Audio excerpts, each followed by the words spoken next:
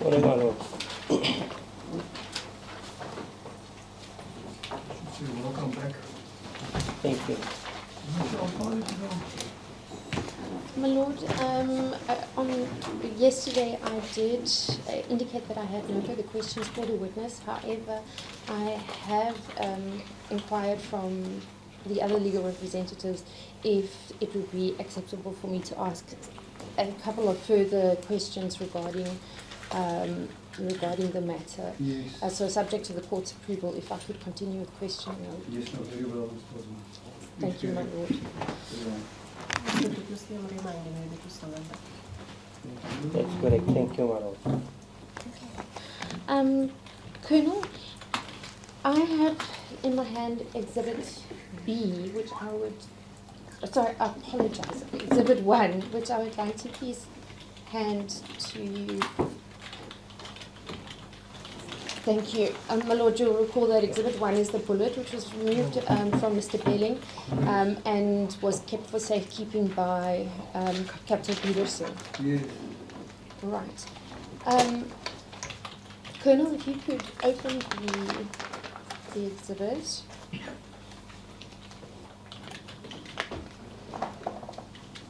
Okay.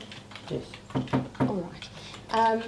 In your experience, can you indicate what type of bullet that is? My lord, this is a typical AK-74, 39 bullet. So the diameter is 762 millimeters, and this is the bullet that is loaded in the AK-47 cartridge case. So that's why I previously mentioned also yesterday I referred to a bullet as sorry, a 762 by 39, but actually it's not the right thing to describe it like that, because the 39 is the length of the cartridge case. But if you just say 762 millimeters, it can be, there's a lot of different firearms that still use 762 bullets. But this one is unique. It is typically a AK-47 bullet, fired bullet. And you can see it was also fired as well. All right.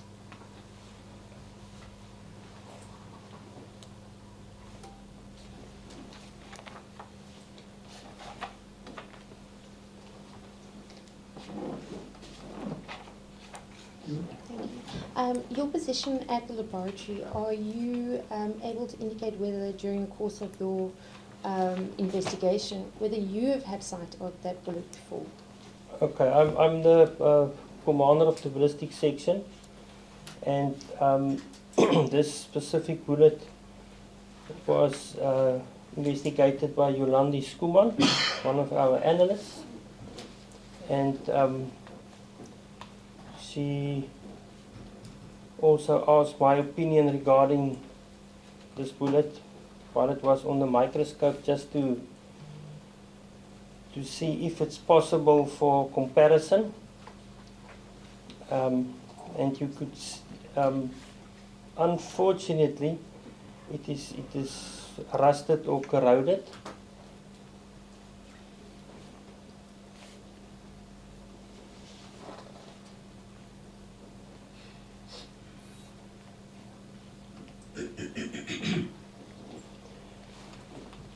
Now a bullet like this AK-47 type bullets is, their cartridge cases, sometimes you get them, they've got a greenish color on them, or they've got a copper plated color on them.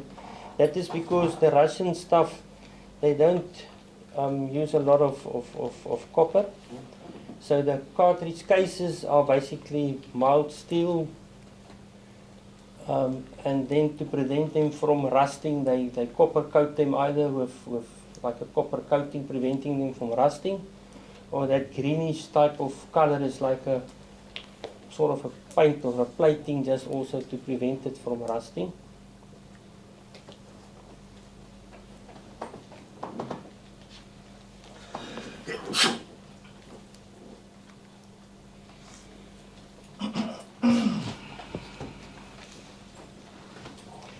And the bullets itself is the jacket, is the part around, the visible part, that is also like a mild steel jacket, so it's also metal. And then in the inside there's a little metal core as well that is inside the bullet. And to prevent this bullet from rusting, because it's a metal, bare metal, they also copper plate it so that it doesn't rust. That inside core, they also copper plate that? No, my not. The inside core is basically, I think it's no net close, so it doesn't. If it's close and it doesn't get oxygen to it, then it won't rust. So it's just mild steel. The whole thing is basically mild steel. Mild steel. That's copper plated, yes. Further, if you also, what happens is when you AK-47 a rifle, the barrel inside is nickel plated, and even the chamber area at the back is nickel plated, and that is also to prevent it from unnecessary corrosion and rusting. So because the primer of a AK-47 is a corrosive primer, so it leaves like a residue in the barrel, and that can cause a lot of rust, so that's why it's nickel plated. Now it also has got basically 4 right-hand grooves, and it's quite broad grooves, so it's not narrow grooves, it's broad grooves. And on this bullet you can see there's 4 grooves to the right is visible on this bullet, and it's also, you can see it's a broad groove that's on here. Now as it travels through the barrel and it's in contact with the grooves and the land areas, it actually scratches or damages this copper plating.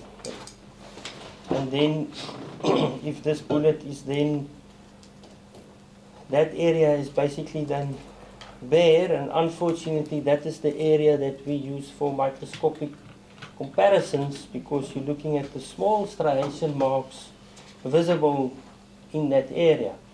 Now you mentioned that this bullet was removed or recovered from Mr. Belling. Yes.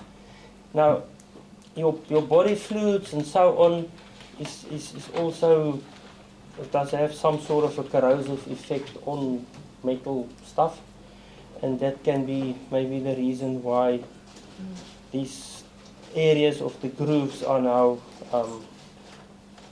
corroded or rusted. Once the bullet was removed from Mr. Belling, he did keep the bullet in his possession, as the investigating officer at that time indicated that he would not need the bullet. Yes. Could that possibly have assisted in the corrosion? Yeah, it's like, to explain it easily, if you make potjie kos or something like that, and your pot is, after you cleaned it, you have to oil it. If you clean that pot and leave it overnight, tomorrow if you wipe it, you'll see it's already rusted. So it's a bare metal. So it can be, I don't know if you kept it in a bottle or something, but moisture over time can also have an influence on it. Thank you. But unfortunately our microscopic marks is gone here. So, Colonel, in your expert opinion, and having examined the bullet yourself also through the microscope, do you believe that this bullet could be used as a comparison? No. Now, unfortunately, this one will fall with the others I testified yesterday that is damaged or invisible due to damage. No, you won't be able to compare it with the previous bullets that I received, or you won't be able to even compare it with a firearm, if you get a firearm to compare it with. Thank you. My Lord, That's the last thing, and as I said, it's metal. The whole thing is metal. So if you one of the tests that the people do at the office, because you do get AK-47 bullets that are copper, but they were not made by Russians and so on. They were made by South Africa PMP. Also made some of these. So we all have you have got a magnet on your table, and if it's magnetized, so that's your first indication that it's a AK-47 because it's magnetized. thank you very much.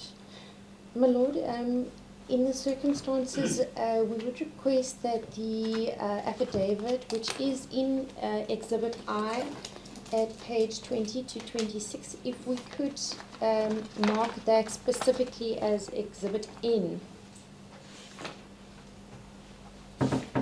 Exhibit N. Please, Your Worship. N for Mary. That's correct. So that's the affidavit in Exhibit I, 20 to 26. Yes, thank you, my That will Lord. be then Exhibit N. Very well. Thank you, my Lord. I have no further questions for this witness. Thank you, Ms. Roman. Mr. Barney? As the court pleases.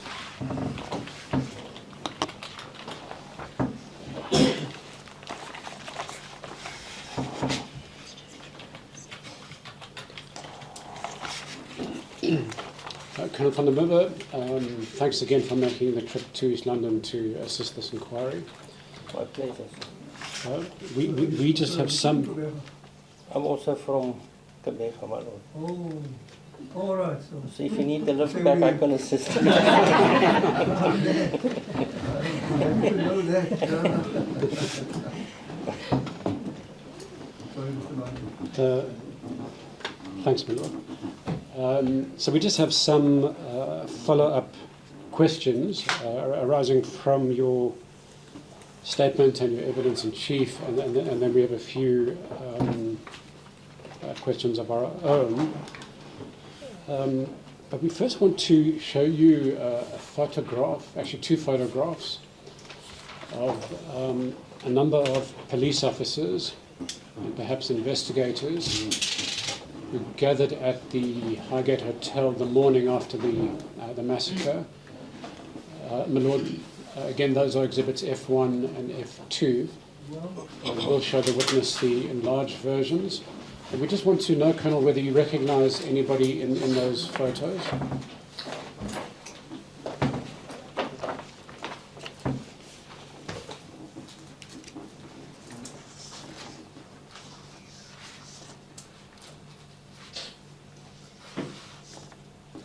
No, I don't know anyone of them.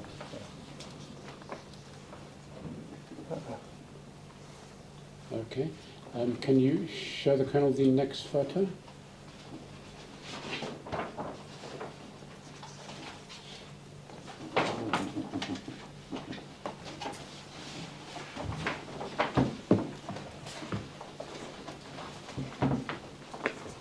So this F2 has been shown. Yeah, that would be F2.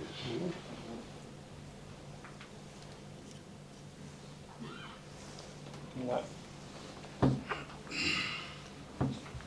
I think because I was from Pretoria that side, so it's all people from this area. No, I don't recognize. Okay. We're still investigating, but we don't think everybody was from this area. We think some of those individuals came from other parts of the country.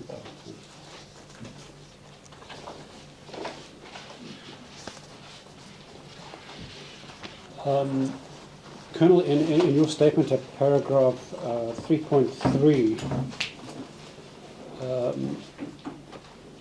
and my Lord, I understand this is now Exhibit N.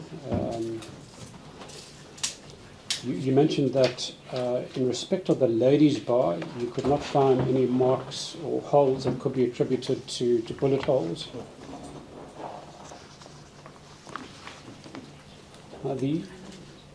the ladies' bar is where most of the victims died. Four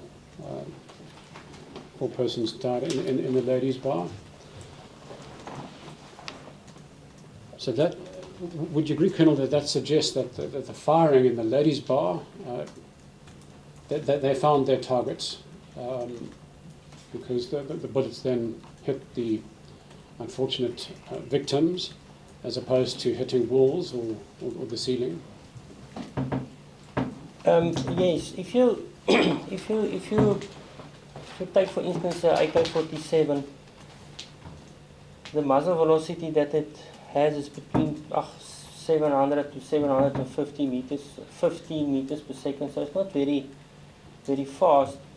And say for instance, if you shot through somebody and it exited, when it exits, it won't have a lot of energy left to unnecessarily cause severe damage or something. That's why you can pick up later fired bullets basically. If it was a 5.56, it is total different. The 5.56 is they made it specifically that on short distances due to the high velocity, you look at the 5.56, a R4 and a R5 rifle. The R4 is a bit slower, say about 880, 900 meters per second, so it's way faster than the AK-47, and with the R4 it's even a higher velocity because the barrel is slightly longer. And the idea was that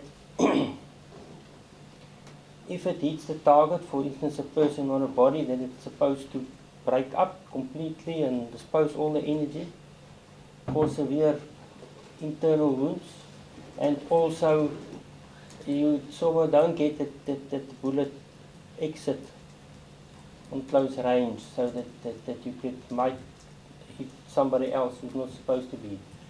So the AKs in that area, it can be that most of the bullets was then, what can you say, they went through bodies and so on. And given that you couldn't find any marks or holes in the walls and ceiling, does that say something about the proficiency of that particular shooter? Yes, my lord, if you take for instance AK-47, if you put it on, you can either select semi-automatic or full automatic. This is the setting you can put it on. Semi-automatic, obviously, with each pull of the trigger, there's a shot going off, it reloads itself until the magazine is empty. The magazine takes 30, the normal magazine for it, that everybody knows takes 30 cartridges. And if you put it on full automatic, it's got this firing rate of about 600 rounds per minute. It gives you about 10 rounds per second. So in 3 seconds your magazine is empty.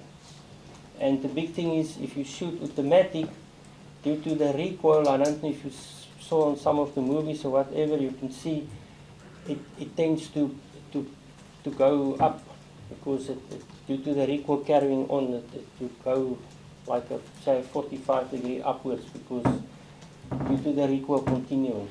So to shoot more accurate and precise, then obviously you must put it on semi-automatic. Or what the people sometimes did is, if it was on full automatic, they'll shoot bursts, like so it's usually 2-3 bursts shots at a time. So then you can actually more have more control about the firearm. It's not running away.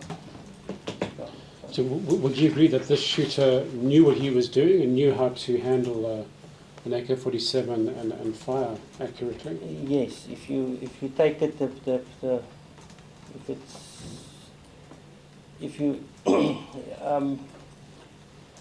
if it was, for instance, on, say, full automatic, and he was just shooting it, he would have at some stage missed, say, people and hit other obstacles as well. Right. So now it was, he he knew what he was doing. Yeah, so this shooter knew not to do that. Yeah. Right. I just want to clear up a reference you make a few times in your affidavit. It's at 3. You make it at 3.2 and 3.4 and 3.5 and 3.6. You refer to the open arms bar. Yes. And we just want to make sure we understand what you believe the open arms bar to be.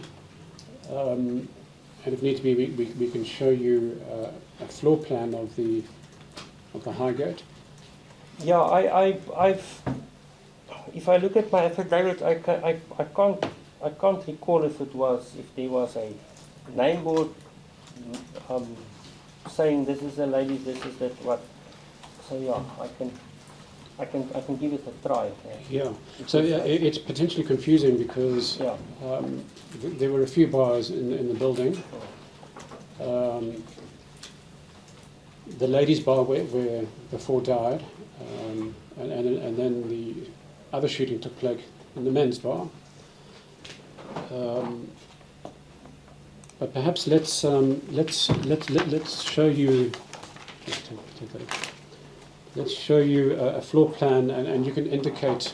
Yeah. We'll point out to you where the men's and ladies' bars are, and you can say whether one or other, or perhaps somewhere else on the floor plan, the open arms bar was. Thank you.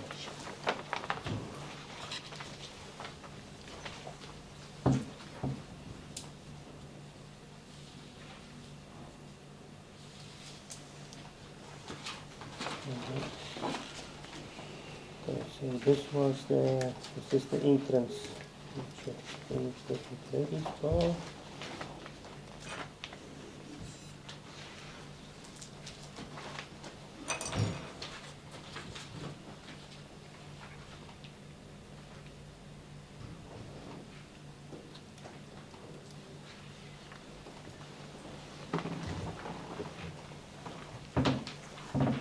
The men's bar, yeah.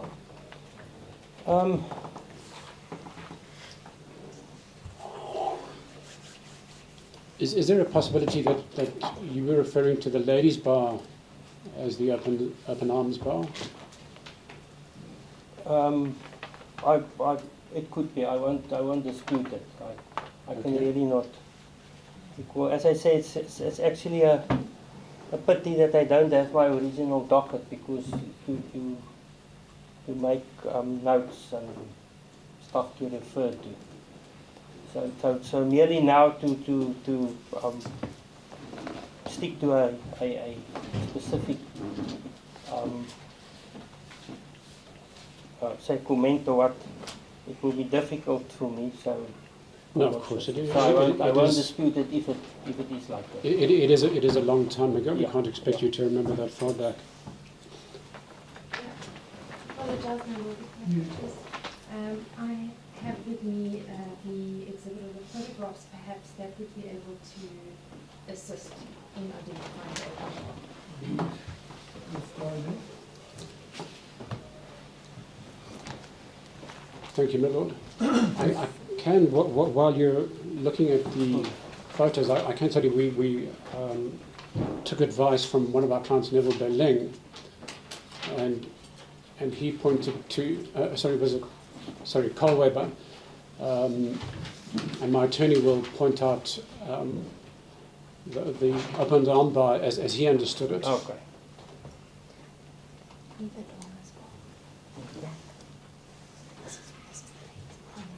And my lord, for the record, Mr. Weber identified the open arms bar as, if one has the sketch plan, my lord, Yes. if one walks past the Damet Kroeg down that corridor, then on the right hand side there's a large room called Nuwe Dames Kroeg. Yes. He thought that the open arms bar was at Nuwe Dames Kroeg. Sorry, can I just? Was there nameplates on it or not? I cannot recall. We would have to take instructions on that. We will, and if needs be, we'll. Okay, because I'm just thinking if there was no specific thing is, then I might have make my notes according to what, say, investigating officer or somebody tells me this is this one, this is this one. So yeah, that might have the answer for us. Right.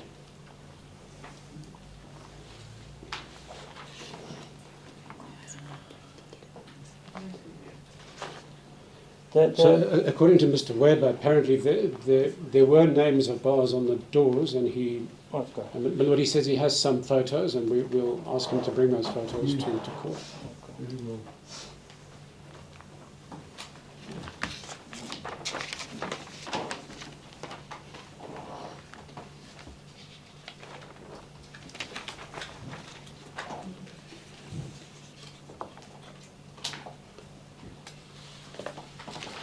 And while we think that you were referring to the ladies' bar, is because some of the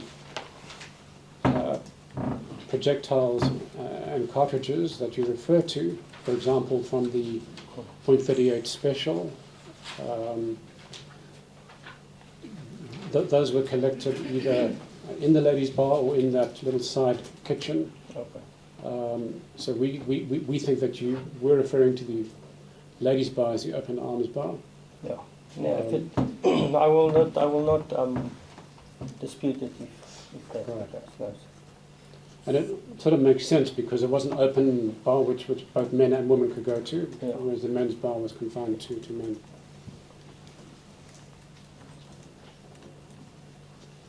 And we're also making the assumption that when you refer to the public bar, that you're referring to the men's bar.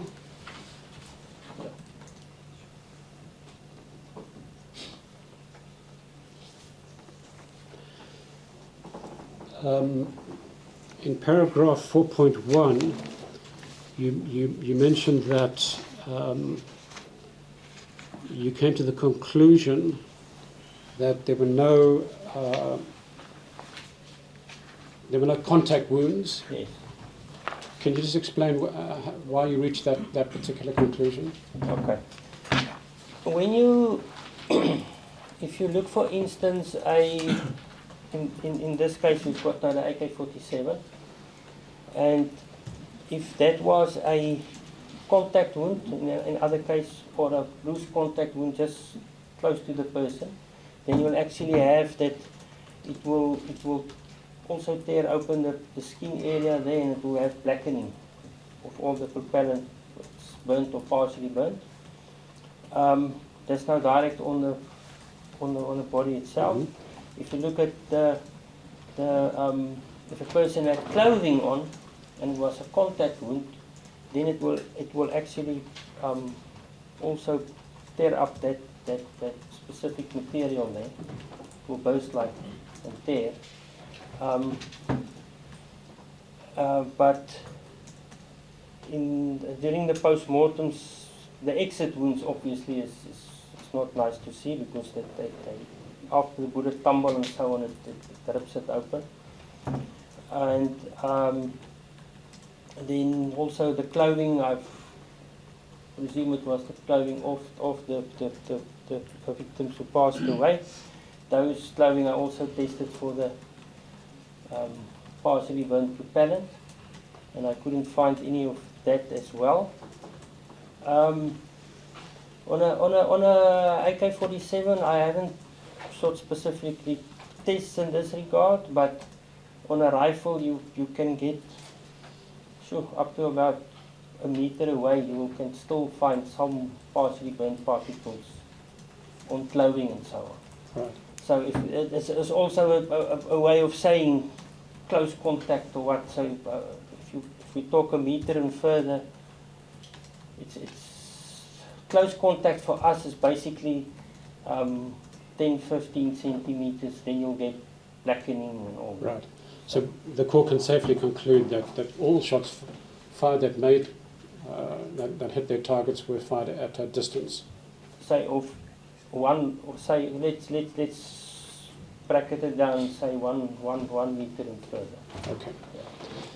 Yeah. And you also conclude in 4.2 that none of the injuries indicated shots fired from a handgun. from a handgun. Can you just briefly explain how you reached that conclusion? Yeah. If it if it was in there was the 38 special that was also apparently shooting there. Now, if it's a 38 special handgun, the velocity is very low, so you'll get the entrance wound that you get will be slightly bigger than a AK-47 because the diameter of a 38 is if we try to get it to, we just quickly work it out to millimeters. I don't, my quick maths is not so good.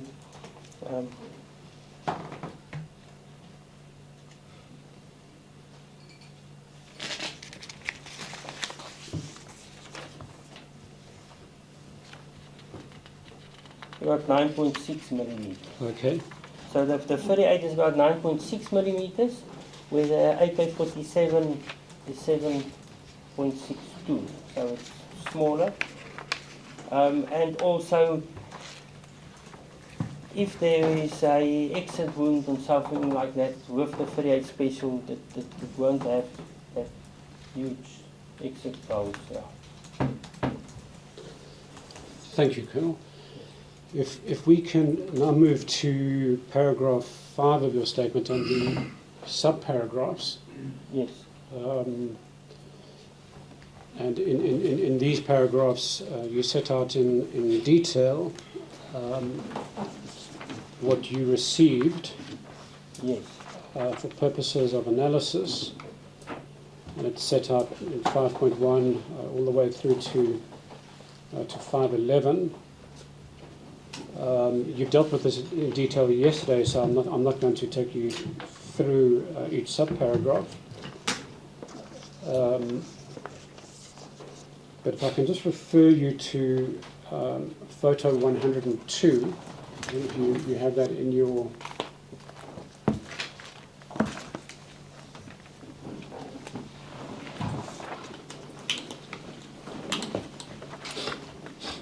We're trying to ascertain the locations where the 56 7.62 times 39 millimeter caliber spent cartridges were collected, as well as the 7.62 times 39 millimeter caliber 5 bullets. Yes. For the moment, the best we can do is to look at photo 102. And in the evidence of Mr. Duplessis, the crime scene investigator, he said that he placed the bullets the cartridges that he collected on different envelopes, and then he marked the envelopes as to where he found them. And as you can see, there's an interesting pattern. Most of them have a single cartridge, but on the right-hand column of envelopes, third from the top, there's a collection of a number of cartridges. Yes. And then coming in at second is bottom left, where there are 4 cartridges. Yes. And again, I know that you don't have access to your own docket, and we have asked Captain Vaughan Peterson to try and locate it and bring it to the court. But is there any way of establishing where these spent cartridges and 5 bullets were collected, their specific locations within the Highgate Hotel? From my report alone, no, sir. Because as I mentioned, usually what, if you look, when they send something in, the investigating officer or the LCRC person will compile a covering letter, and in that specific letter they always refer to all the different exhibits. And specifically, like if you look at photo 102, as they collect them, they actually wanted to place them on a certain, according to their photo album or something that you can later backtrack to that specific area. And that's why I marked it so strangely with all kinds of numbers and stuff, because you actually utilize that number that is on the envelope for the future. So if it comes later in court and there's a dispute, was the person standing at the back or standing at the front, then we can say, okay, these specific cartridge cases marked so and so, we marked it so and so, and all of them were fired out of one firearm, say from the front of the court and not from the back. So then it assists later to position something. But unfortunately, as I say, I don't have a docket, it's only covering letters, so I can't carry that or assist with that. So hopefully we will recover that docket, and as you say, these complex reference numbers, there might be a key which will then link to perhaps a drawing or a map indicating where they were collected. Yeah.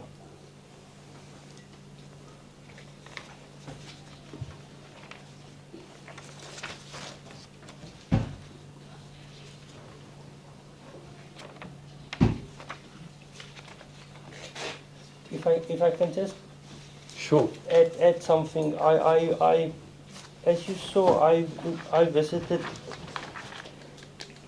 the crime scene and the post-mortems. I mentioned here the third and the fourth. Now, if you ask me, I said third and fourth. I'm not sure if I did the post-mortems on the third or or which one on which date. But the whole thing happened the 1st of May.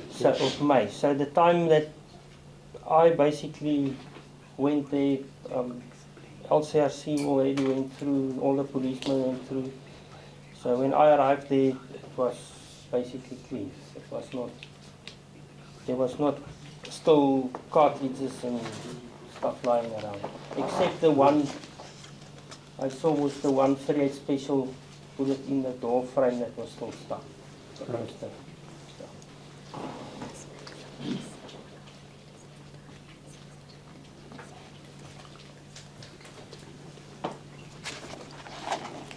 There is something of a discrepancy between the number of cartridges reflected in your report, Yeah. which is 56, and then the numbers. We did a rough calculation. There are about 30 reflected in the photograph, 102 taken by Mr. Duplessis, and he explained that what probably happened is that after he had done his search and collection, other investigators would have come to the scene and found further cartridges. Does that sound reasonable enough to you? Yes, it's actually, maybe it's wrong to say it's annoying at the forensic lab, because you get LCRC people, they send in exhibits, and then that whole case is basically completed, and then quite a while after that, then the investigating officers, they also got somewhere exhibits and they send it in. So that's why I have to open in a second entry and you must reopen everything and do it again. So we do get that between LCRC and the normal investigating officers. If I can, for instance, mention the Rusiki case, everybody knows about. Up till now, we still receive exhibits from them, and it happened quite a while back. So that's, I don't know if somebody pick up here and there and miss it or something like that. So that's just the nature of crime scene investigation. Yeah, I've heard yesterday the testimony regarding that, and I thought of it last night. Maybe it can assist, it cannot assist. So the court can use it, don't use it. If I look at paragraph 3.2, I mentioned there basically 7 bullet holes. Then in paragraph 3.5, I mentioned another one, so there's 1. in the panel, door panel there, and then in the 3.6 there's another 7. So that gives us a total of about 15 marks roughly. Then if we look at paragraph 3.7 and 3.8, there in 3.7 I've got 3, and in 3.8 I've got 1 bullet that was stuck in the frame. So those 4 marks there, we're going to exclude them because they basically the 38 special. So we leave them out. Then if we look at paragraph 3.9, there I mentioned 30. Now there, let me just check. Ja, Yeah, 30 geel that kaarten. are 30. So then if we more or less take that 30 plus the previous page 15, then we get to 45 marks already. And then if we add, say, the 3 bullets from the PMs, that wouldn't have left marks basically. So after that, because they were in the bodies, then you get 45 plus another 3. And you're at 48 already, and then if you look at the one that marked Weber, it's another one, it's 49. So I just thought of it last night. Maybe the court can use it, I'm not sure, regarding the amount of cartridge cases that we've got eventually. No, thanks, Colonel. That is helpful. So we're looking at a total number of around 48 to 49, and if Yeah. you compare that to the total number of cartridges collected, 56. Yeah. So it suggests that 6 or 7 are unaccounted for. More or less. Right.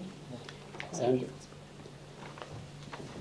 in a typical crime scene, is that normal or unusual? The interesting part of a crime scene is people go to the crime scene, the first responders. Then it's not the LCRC at this stage, it's the normal police officers or so on, or if there's paramedics, first of all there. So you can have that, okay, AK-47, cartridge case, I don't think so. But we had on some other, where the boots, like a bullet, it can stuck like a little rock in the, and remove it, but not 5 or 6. That's not possible.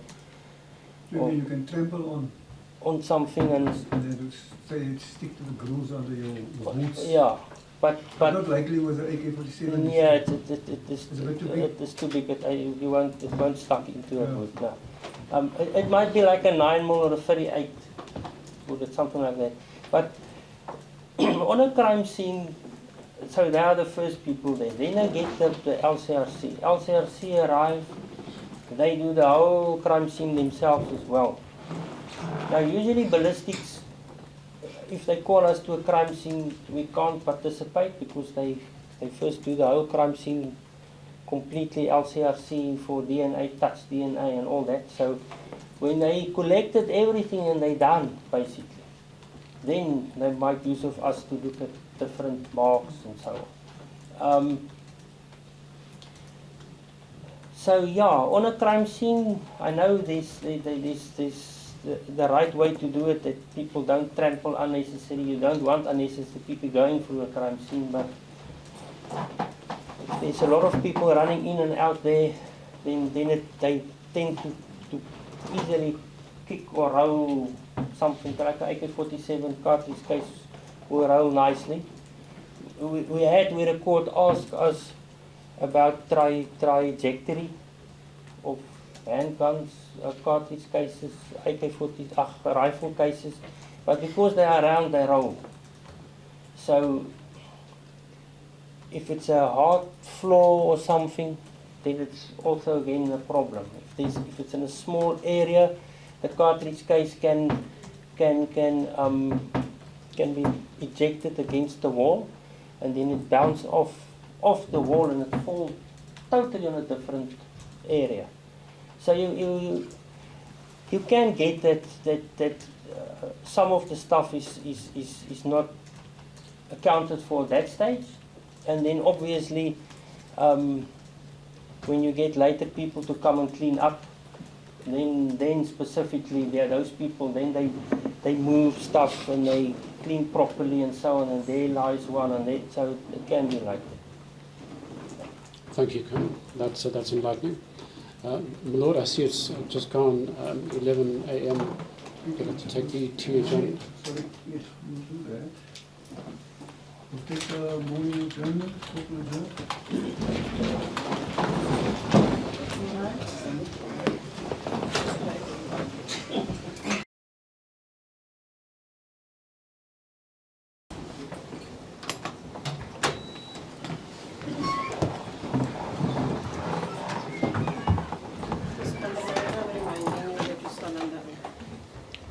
Yes, my lord.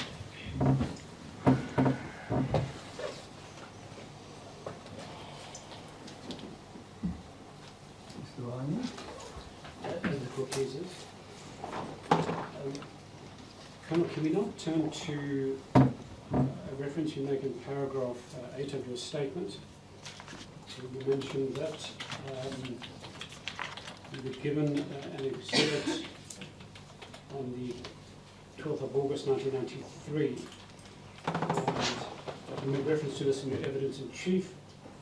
It was an AK-47, 7.62 times 39 millimeter caliber, I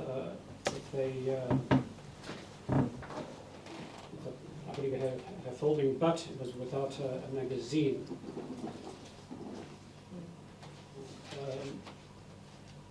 And you also mention in paragraph 12.7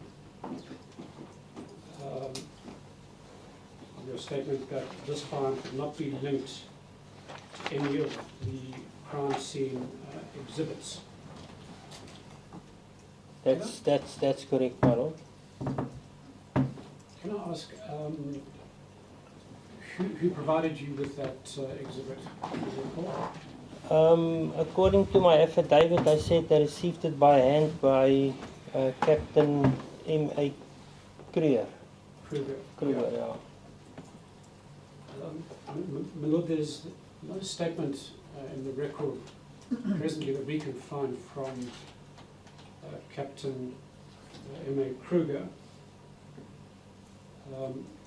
Did you know who Captain M.A. Kruger was? No. Lord, I wonder if we can ask the investigating officer, Captain Peterson, if he could follow this up, if he could establish who Captain Kruger was, and where he was based, and whether he made a statement. Very well. Captain Peterson is present, so he has noted that. Thank you. Read that, right?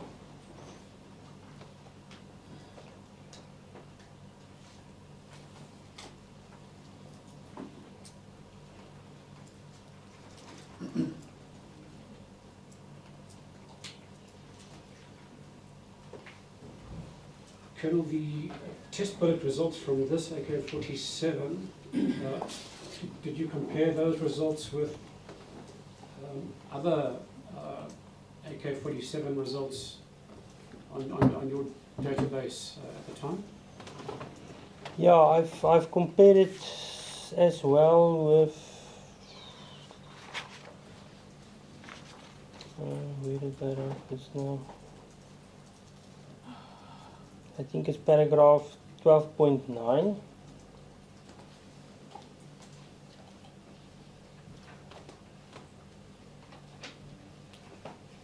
I also compared it with lab 29713 of 03 East London, case 691 of 0803. I think that was the Yellowwoods Hotel Right. one, yeah. So the Comcha and East London cases that you cite, those are both allegedly APLA attacks, if you can recall? I don't know if it was APLA attacks or not. No, I just the cases. Yeah. Actually, at ballistics, we you receive all the exhibits and you just compare it and give a factual report. It's not our mandate to determine basically who shot it and from where. We get regularly the question in court where you made a firearm, for instance, positive with a cartridge case or a bullet, and then the defense will ask you, but so you say my client shot that one. I say no, I can't say that. We basically just do the comparison. So who did it or what? No, that's not. I'm not. No. No, that's fair enough. You just do the hard forensic Yes. work and you Correct. produce your results and you leave the rest to the To the, investigating officer. that's correct, my lord. Yeah. So you spend your time in the science lab, Yeah. not in the charge office. Not in the charge office or in the field, no. But in respect of both the Kromcha and his London cases, 12.8 and 12.9, those returned as negative. Yes. Yeah. Were those the only two cases that you compared with? According to this affidavit, yes. Right. I'm not sure after I left Gauteng that time if because how it works is the docket is the docket.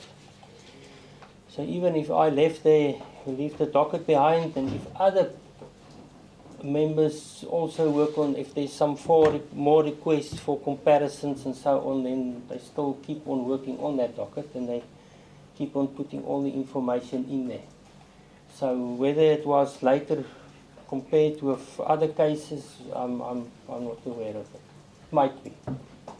And am I right in saying that you would have received a specific request to make the comparison with those two specific cases? That's correct, yeah. And that would probably come from the investigating officer? It will come from the investigating officer. It's like the Komga case. I didn't do that crime scene. So I don't, to tell you the truth, I don't even know what happened there. They just ask you just to compare. I know the other ones, Yellowwoods, that I did as well, but that one they say just ask you to compare that one as well, and you just do it basically. Okay. So you weren't asked to compare the test bullet results from this AK with all other AK results available on the South African records at the time? No, we've it was in 1997 more or less that we started with the automotive system, the IBIS system. I also call it now the IBIS system because it's automatic, but it's the IBIS system that do all the linkages. It's like the IFA system. So that actually started off in 1997, and then from there on all the exhibits that we receive is placed on that database, and constantly every case that is acquired on the system is then again compared against the database. And I must say the system really works. We linked cases far back as that is, I think it was 2012 or somewhere.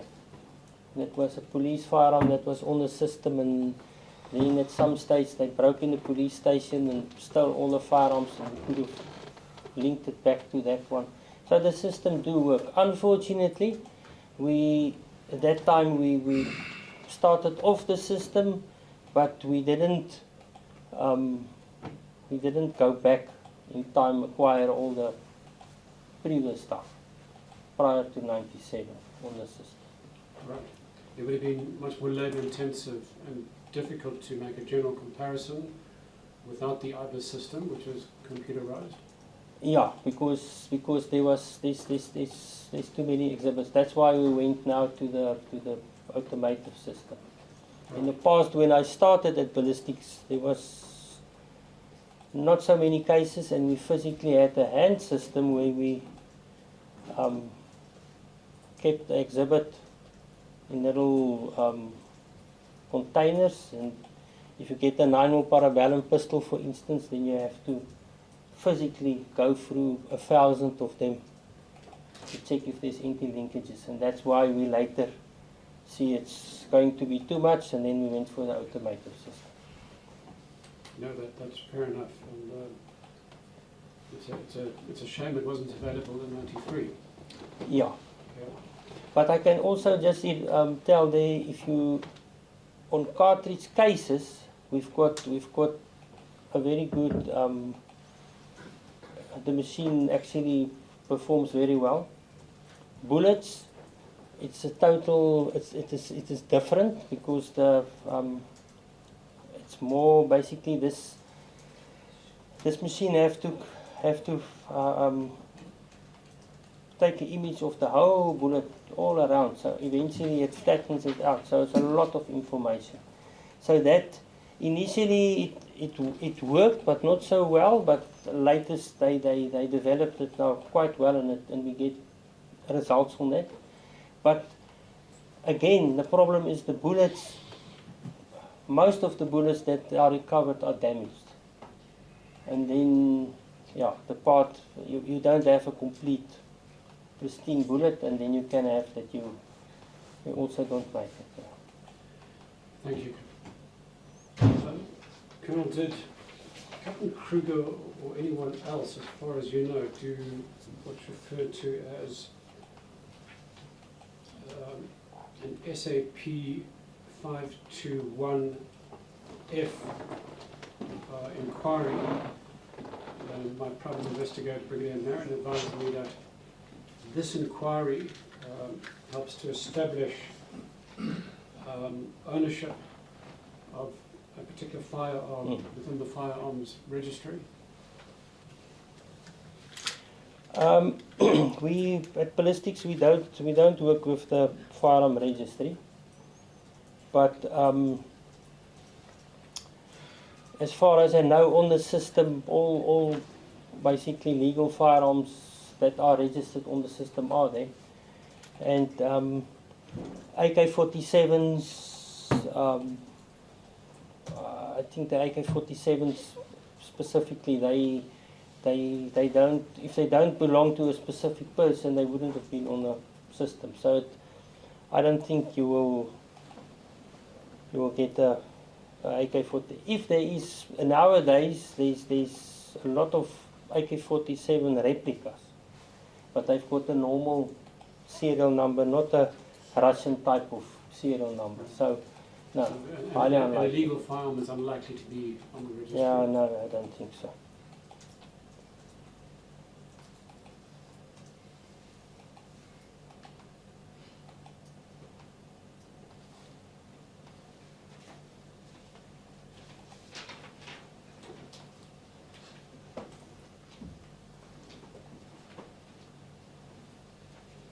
Then if we can turn to your paragraph 9.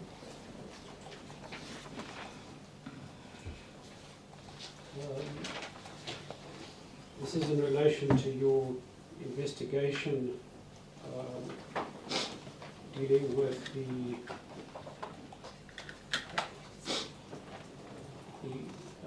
firearm hole in the metallic blue metal roof panel, Yes. as well as the one grey upholstered roof panel. Do I understand correctly that no connection was found with the Highgate incident?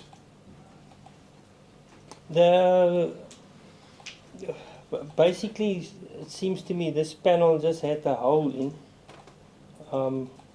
and as you saw previously, it was first sent to, I think it was Russ, and then she handed it over later to me. So then they wanted to know the bullet hole, what caused that, the size of it. And the test that I shot showed that it's more likely that it's a 5.56. It was not caused by AK-47. we must also just remember, if you look at the caliber 5.56, there's quite a lot of different calibers on the market that use the same diameter bullet. So again, if the caliber is 5.56 is the bullet, and if it's a R4, R5 and it's by 45, it's the cartridge case is 45, but you can get the 223 Remington use the same bullet. You can have a 22 Swift, a 222 250, all of those, it's just different cartridge sizes, but the diameter still stays the same. So I shot that time test with a 5.56 by 45, yeah.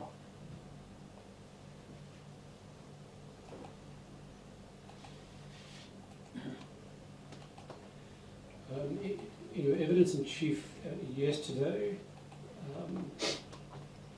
there was a suggestion that this projectile was found on the ceiling, if I remember correctly,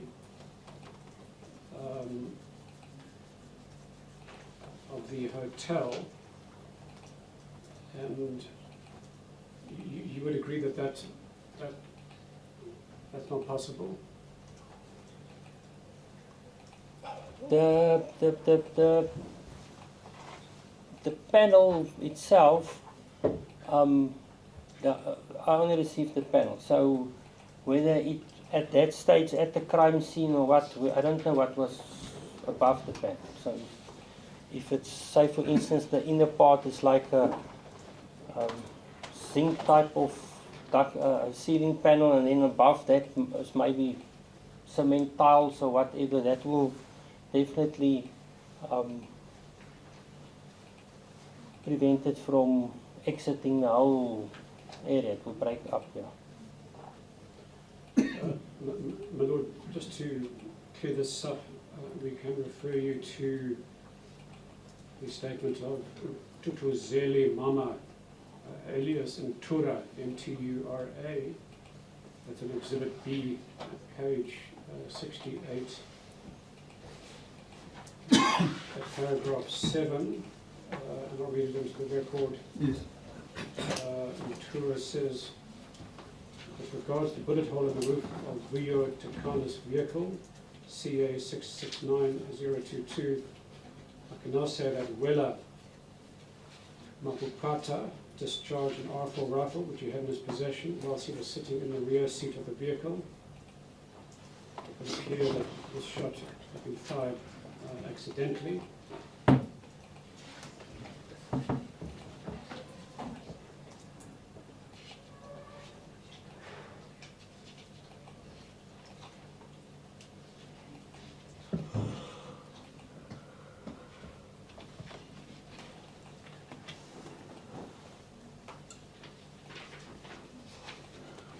So we can just return to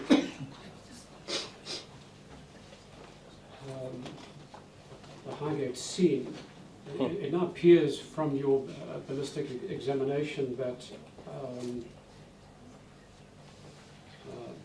to date,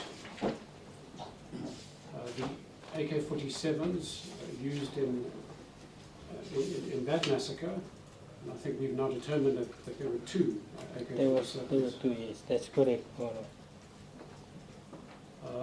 They have not been connected to any other incidents in the country to date? Sure, I can't say to date because it's not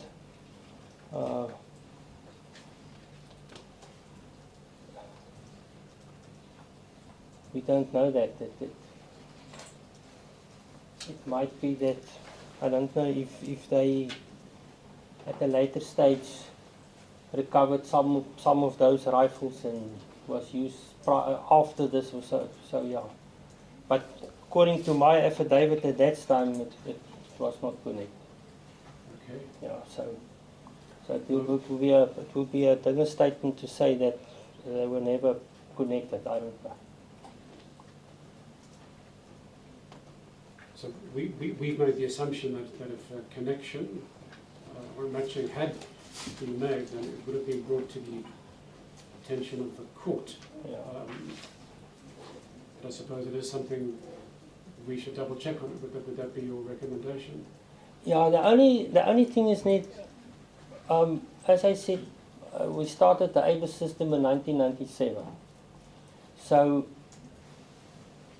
say for instance, those specific to AK-47s that we used at that crime scene, if they were later sent in after that, when the IBIS system was already functioning, it would have any case not linked it with these, because the older cases prior to 97 was not on the system.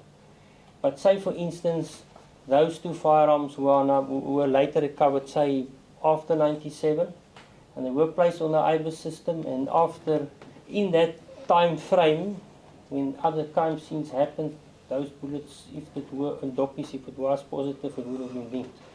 But it wouldn't have backtracked linked to this one now, because this is, the older ones is not on the system.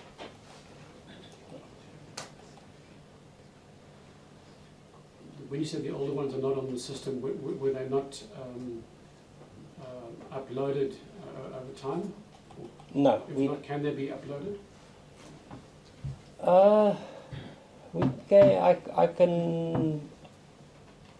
I'm not sure, because unfortunately this specific one that the docket was stolen at the post office with exhibits and all. So the Highgate Hotel specific ones, we do not have them anymore. That's the problem. If it's the Yellowwoods Hotel one, that I made it negative with Yellowwoods any case. But that docket is still available. So the Yellowwoods Hotel, we can request that they put them on, but then obviously they won't, in any case, have linked with this one, because this one was negative with that one. I see. So without the cartridges, which have been apparently stolen, there's no prospect of using the other system today? No, it won't assist us, no. No, my lord.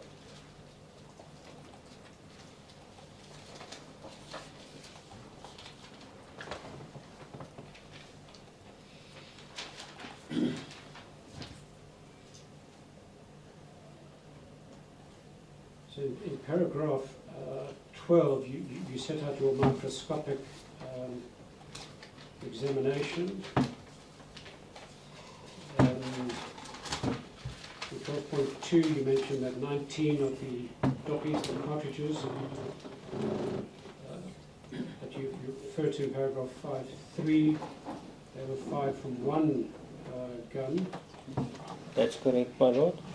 And then 12.3, you say 28 of the cartridges mentioned in 5.3 was fired from a second gun. That's correct, my lord.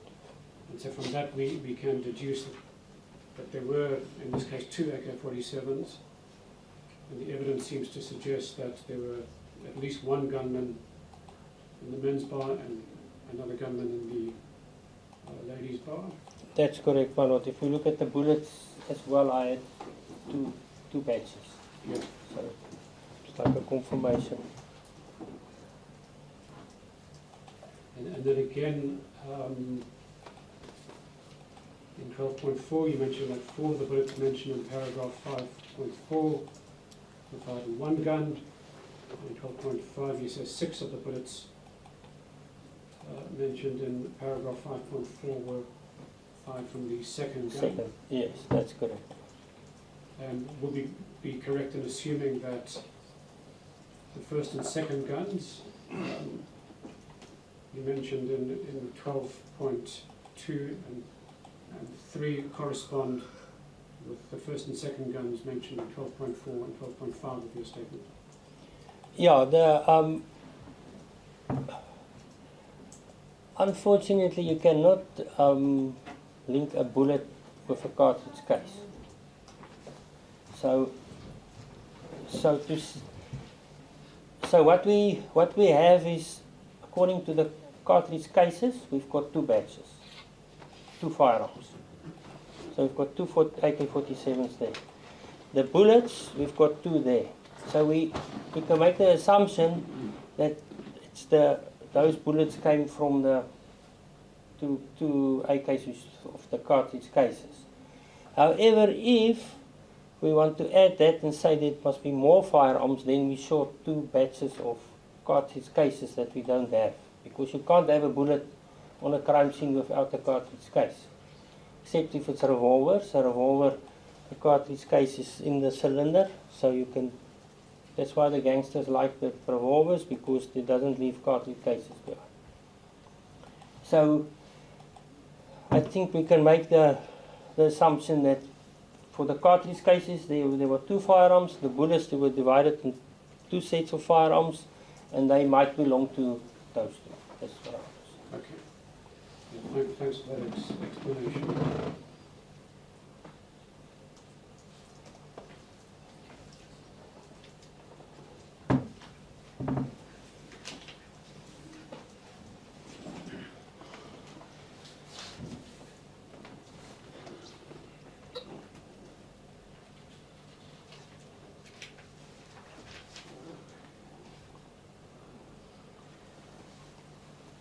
I just want to see if there are 1 or 2 matters arising from the evidence in chief.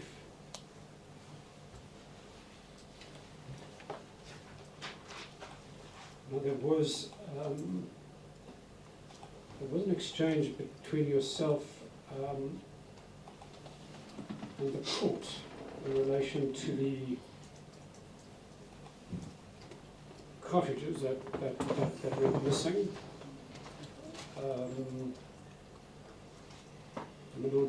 Just for the record, confirmation of those cartridges going missing will be found in the statement of Lucas Willem Visser. That's in Exhibit D, pages 61 to 71, paragraphs 3.3 to 3.4. According to Mr. Visser, the cartridges were sent by post on the 10th of July 1995, and they were apparently stolen between the 14th and the 15th of July. And his lordship made an astute observation and asked you of what potential commercial or monetary value would those items have. They only contained spent cartridges and some paperwork. Can you just remind us, did you agree with his lordship that they had no commercial value in terms of resale as such? That's correct, my lord. Yeah, you can. If you look, for instance, if it was, say it was still cartridges itself, you could have utilized it maybe because it's ammunition. But in this case, it's, yeah, for resale value, for something like that, no. Yes, that seems to make sense. I also want to draw to your attention that certainly at that time it didn't seem that all such exhibits were being sent by post. Lord, I'm referring to an entry in the investigation diary at C34.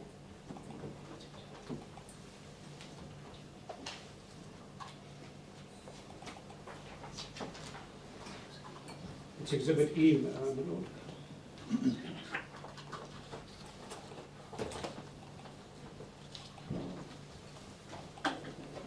And halfway down there's an entry dated the 7th of May 1993 at 1400 hours. And I'll just read it into the record for the benefit of the witness. A copy of letter from the video unit filed as per B3 And then another letter, copy of letter from video unit filed as per B4. Just as a matter of interest, were you ever shown videos taken by the police at that time? No. No.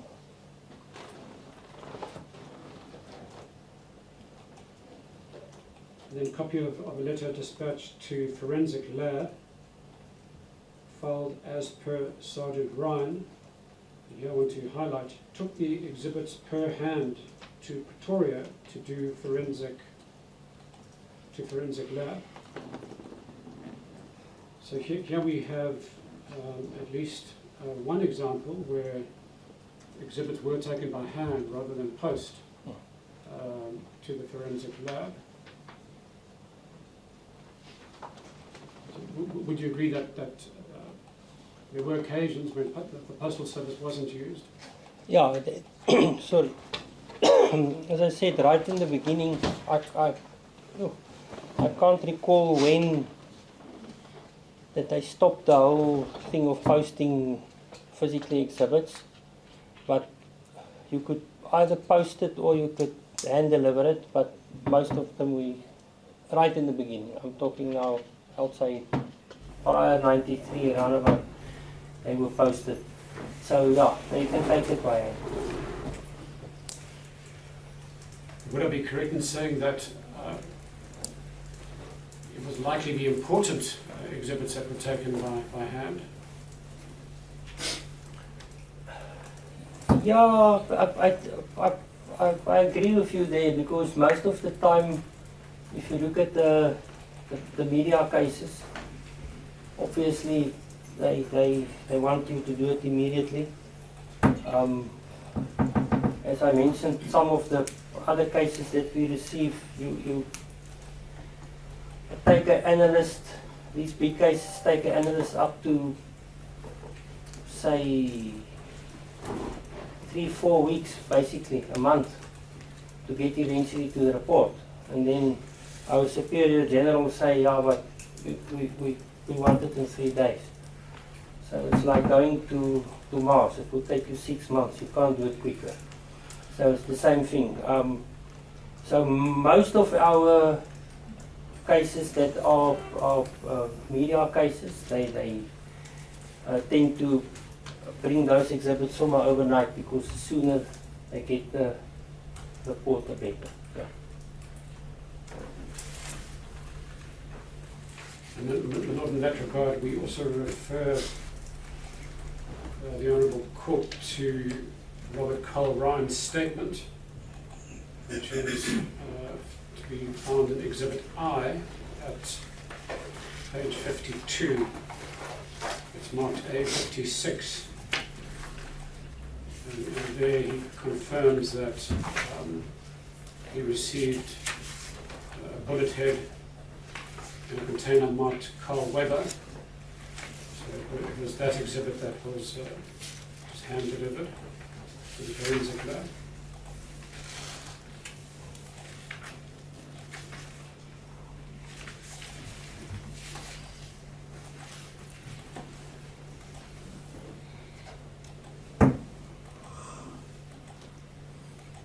Now that the cartridges are no longer with us, would you agree a really vital piece or pieces of evidence has been closed off that would have been potentially very useful from a forensic perspective? Yes, if we had the cartridge cases still available and the bullets, we could have, because we can put stuff that's older on the IBIS system, so we could have put it there on the system. And the IBIS system is a live system that basically updates continuously. So what's wonderful about it, I can't tell you today there's no linkages. You can see there's no linkages at this stage, because tomorrow a firearm can come in and you can connect it. So if we had all those and we put it on the system and say years later, somewhere, those AKs also was recovered and sent to the lab, that would have picked it up and we could have connected them there. Right. Like your 2012 matter. Where they That's stole the police firearm. That's correct, because that police firearm, all the police firearms was at one stage was all put on the IBIS system. They requested that all police firearms are marked by with an individual barcoding, and all those with the armorers and all the police firearms was placed on the IBIS system. And that what was now the good thing is it was on the IBIS system. So later, when they broke into the police station, stole all the firearms, that one police firearm, the serial number was erased. And it was found, I think it was in Tata somewhere with a suspect. And when that firearm came to us, no serial number, no nothing, we acquired, as we say, shoot test, acquired it again on the system, and then it linked with the tests, because we put all the tests of the police firearms that time on the system. So then it could link with that one, and then we could tell them this specific firearm was the one that was there. Kwaggafontein was a police station where it was stolen, and it was acquired the test in 2012. So that's the wonderful thing about the system. So after this theft, it was really a dead end. Yeah. So it would seem, just pursuing that line a little further, that if these items were stolen, or at least that is what has been alleged, it certainly wasn't for its commercial value, but for its evidential value, to ensure that it couldn't be used evidentially going forward. That I cannot. Also, it can be true. Yes. It will just be a pity for me if it is the truth, because then it means it must have leaked out from where it was posted. Because if you go to a post office, you just really say, oh, please post this one. There's nothing.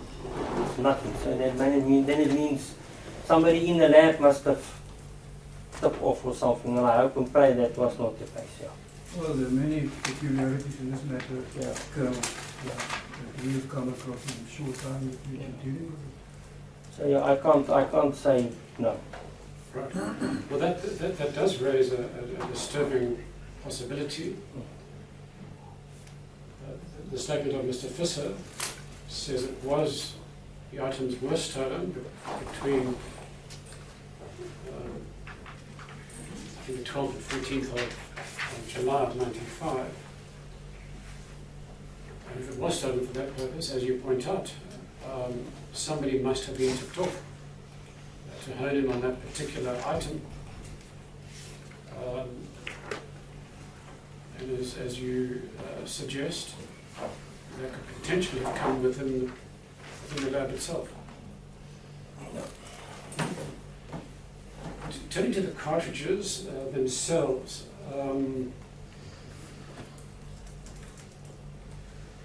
we don't see any pictures, close-up pictures of the articles, of the cartridges. Do you recall what markings, if any, were on the base of these cartridges? No.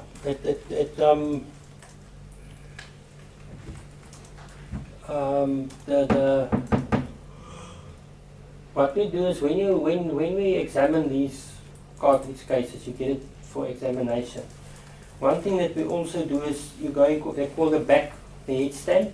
That is where there's printed, say, for a 9mm parabellum PMP, but the manufacturers and so on. On the AK-47s, there was only one or two, say 531 and batch 14 at the bottom, but they never nowhere say 762 by 59 or whatever. But in any case, when you do the examination, if it was the 56, you take the 56 and say that you're investigating directly, you'll say there's 10 with this head stamp, there's 20 of this head stamp, so you will make a mention it, yeah.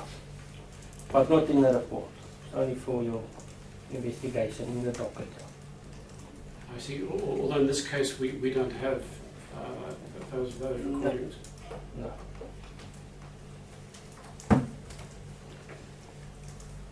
So yeah, I do have an example of a 9mm head stamp. Lord, I assure you this doesn't belong to me. I'm just using it for purposes of demonstration. The trust room is I don't think I need to hand it up. I think you know what's in the back of the head stamp of these. It typically includes the year, the batch, and the country. Would you mind if I have a look at that? Yes, of course, we'll hand it up. The first time that I see it in like that.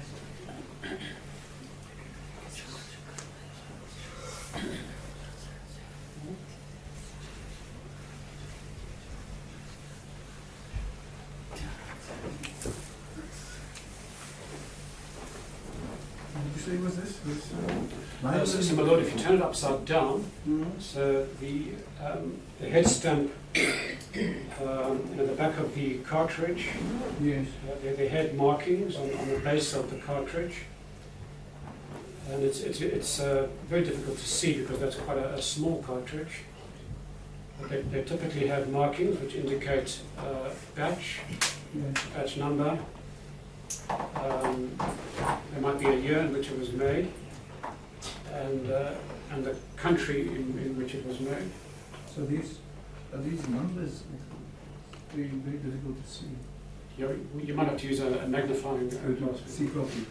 But it looks like numbering or numbers. Some of it.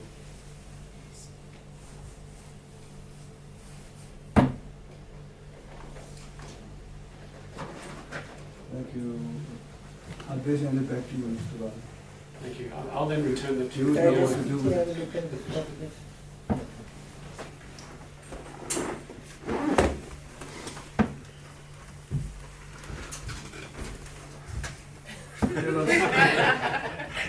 Tell us if it's a legal object.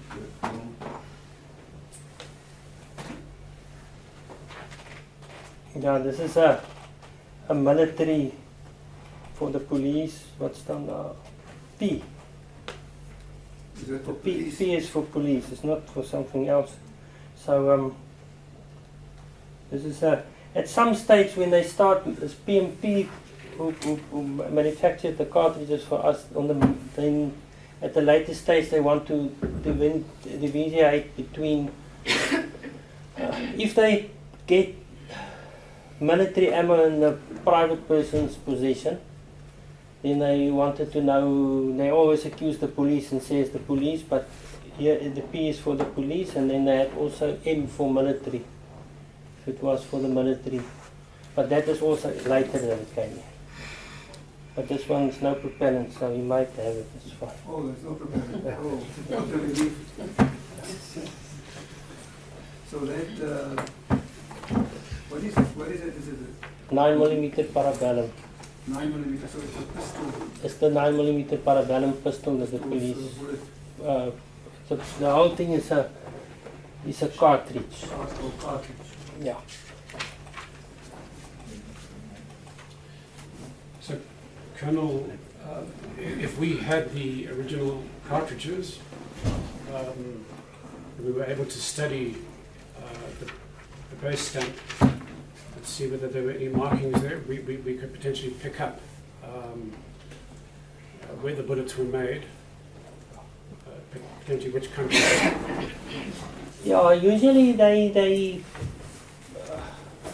as I say, the marking at the back of the AK-47, it doesn't indicate the caliber. It was just like Russian type short or 359 something or whatever. And the big thing about that was, so you could, if you have that, you can look at the head stamp and then you can determine if it was Russian made, Chinese made, or and so on. Right. But all the military stuff from Russia, China, those types of was the metal case. It was copper washed, or is it like a greenish color that it's that it doesn't get rusted so easily. So you could, it would help to distinguish Yeah. where those bullets were manufactured. Yeah. But if we look, for instance, the bullet that I was shown earlier, that bullet is a metal plated bullet, so it's a copper washed bullet, and that was basically from either Russian or Chinese origin. If it was from, say, PMP itself, it would have been a complete copper bullet. Yeah. So That one you use, did you say you use a magnet? If you use a magnet, you can see that there's... You can see if there's a steel core in there, or if the bullet itself is made out of only metal. Yeah. If it's solid copper with lead, then the magnet won't attract the... Yeah, Oh, that's good. So if you have a magnet, you can test that one.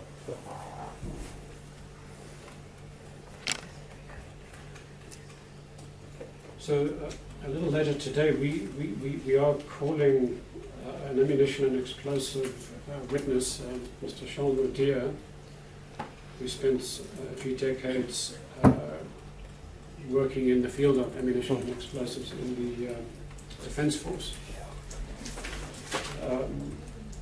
And he has brought to our attention that PMP, who you just mentioned, and I understand that stands for Pretoria Metals Pressings, Yeah, metal pressing. is a division of Denel. That in earlier times, they did manufacture some AK-47 bullets and cartridges for use by special operations or special forces. And what's interesting is the evidence that he'll give is that these cartridges did not have any markings underneath. It meant that when they were recovered, they couldn't be traced. Were you aware of this? Yeah, we actually at the office currently we do have some of those PMP AK-47s that are, the whole cartridge case is made out of brass, and the bullet is also made of brass and lead inside. What's also interesting is the bullet weighs basically the same. AK is 122 grains. I think they are also 122, 123 grains. But the bullet slightly looks different. If you this one you'll see at the back it's got a little, they call it a bow tie. Instead of straight, you can see it just got a little forming like a boat on this one that we had now. But those ones was basically straight at the back, and it's normal bullets. And the idea for the head stamp is, they can manufacture for your cartridge cases without any head stamp. Personally myself, I've got the .303 Epps caliber. That's a modified .303 British rifle, and for that thing you can't get commercial cartridges, so you have to fire form them and make them yourself up. And if you use the normal .303 British cartridge, after you fire form them, they tend the neck area to be too short, because instead of the cartridge case going tapered. It's now more straight to take more propellant, and then it's got a little neck and a little the neck and the part where the bullet is kept.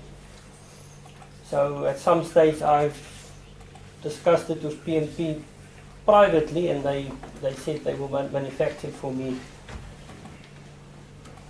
cartridge cases that are longer than normal, but they're not going to put in a head stamp on it, because otherwise it's not a true reflection of what it is. So that's why I got it, and then eventually I had to fire. So those of mine doesn't have anything at the back as well. Yeah. What do you use that for? Oh, must I answer that one, my lord? No, it was my father thing. So if we can, the best we can do is ask you to look at some photos Yes. of the cartridges. I will immediately can identify them. Yes. I don't know. Well, we don't have very good ones, but in the photo album. Yes. So, for example, if you look at photo 5. Yeah. You can see what it's marked C in that photo.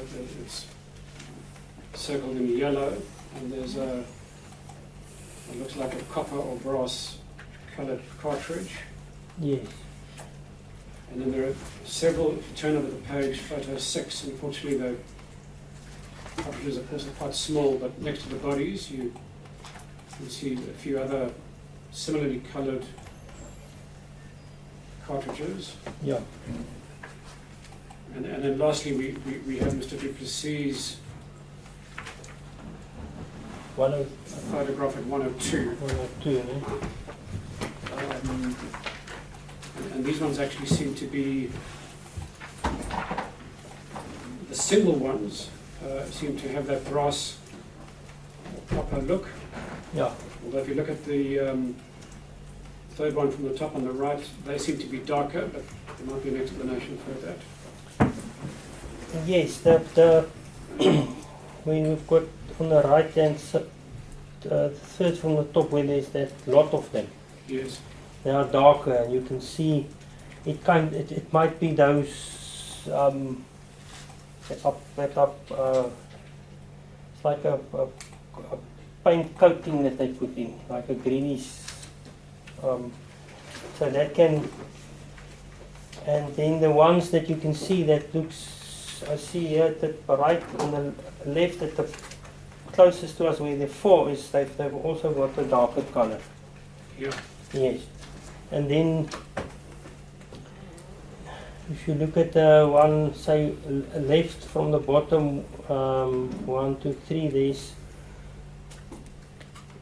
one of them next to an orange sticker, actually 2, all them to the right top. Yes.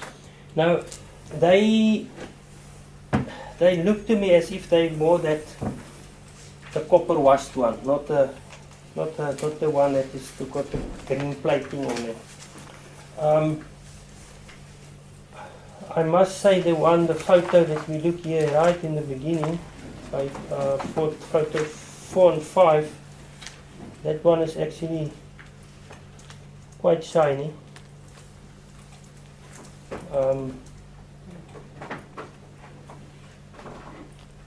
So yeah,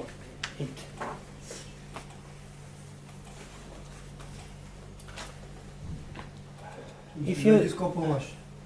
Yeah, I must say on photo 102, I can go with the copper wash story, but that one, in the beginning, what's it? Photo 5. 5 and 6, ne? Yeah, particularly 5. 5 with that one is a bit shiny for me. Even shinier than copper wash. Yeah, it looks a bit shiny, yes. Okay. So I'm only now looking what I can see, basically. Thank you, Colonel. And one of the reasons we raise this is precisely because the original cartridges have been stolen and are no longer available for examination and testing. And we're duty bound to raise the suggestion or assertion to the court that a possible reason could be to prevent this kind of examination, to prevent testing and the use of the IBIS system, as you have explained in detail to the court, and also to prevent examining the base stamp and determining exactly in which country or which location they were manufactured.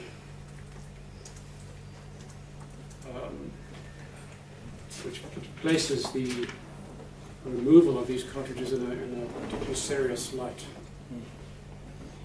Yeah, if I look specifically at photo 102, that one there, right furthest next to that little plastic bottle, that one's got a more copperish color for me than the rest. The other ones look more copper washed. So yeah, it's rather difficult to make it 100%. Yeah, so you're Assumption, at a disadvantage in the absence of the actual objects. Yeah, I'm now. You will work from a photograph. It's the best thing you can do. That's the best thing we can do at this stage. So it's not.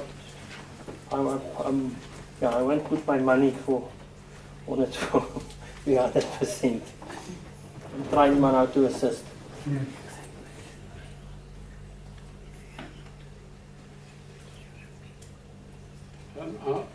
One of our clients, Neville Berling, he wanted to know in particular about the bullet that was removed from him. You have, I believe, answered this already, but just to give our client the satisfaction of knowing why this particular bullet couldn't be tested, and he wanted to know the circumstances when the grooves, I think you pointed out they were right-leaning, when they would be filled or altered to the extent that they couldn't be analysed. Okay. As I mentioned earlier, the bullet, it's gone. Wherever it is, I just thought, You might have too many bullets in this I nearly fainted. Because it was in my possession.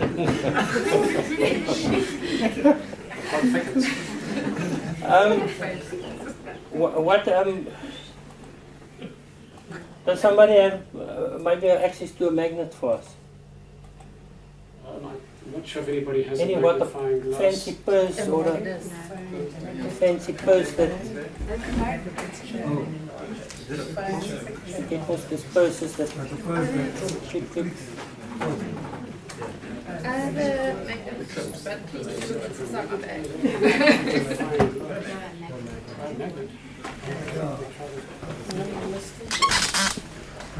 If you put This it, is just the magnet that just closes that. No, the lady's bag is with anything. Everything. it's stuck as a magnet. It's stuck to it. Yeah, sorry, can you see? There. So that's first of all indication the whole thing is not what you get if the bullet, you get some of the R1 bullets that were armor piercer bullets, and then they put the outside part of the jacket of the bullet was then made out of copper, and then in the middle they put in a, I think it was tungsten or something very hard, like a inner core that will be attracted to a magnet, and it's got lead around it. That one will also attach to a magnet, but not so strong, because there's sort of a barrier between the jacket and a piece of lead, and then you get to it. So it's not a direct on It's like if you take the same bullet and you're going to put a couple of layers of paper in between, then probably it will not stick, not cling so strong. But this one you can see definitely the whole bullet is a metal bullet. It got a nice copper color. Now it will be interesting if we can take this copper color and you can hold it next to the photo 102 or the other one, then yeah, then it also starts becoming a problem to really make a color, decide on color. But the main thing is, as I said, you'll see the bullet got 4 grooves, and in between the grooves is the lands, they call it the land area. And that land area, basically, the groove is supposed to stand out in the barrel, so it impresses in the bullet, so that it can give the bullet then a spin. The idea is to spin the bullet. Now it's 4 right-handed, so it's 4 grooves, so it spins towards the right, and then the barrel's got different twists. It can either be, it makes one turn in 18 inches, one in 14 inches, one in 8 inches. It depends. The heavier the bullet becomes, the faster you have to spin it to keep it stabilized. So if you look at this fancy target rifles that the people are using with long, heavy bullets, is to have a good ballistic coefficient so that it can travel further without losing speed quick. Those got up to 1 in 8, so every 8 inches it actually turns once. Inside the barrel. Inside the barrel, so you can. So then the idea is, according to the muzzle velocity, that it travels, gives the spin to the bullet. It's like a what's a top in English? That kind of thing. Spinning top, the same thing. So the idea is it must spin the right at the right speed to stabilize. If again you're going to over stabilize it, then you get again problems. So a specific bullet for a specific length must spin at a specific revolution to keep it stable. Now as it goes down the barrel, that unfortunately it cuts through this because it's a copper plating. Now plating is very thin, it's not thick.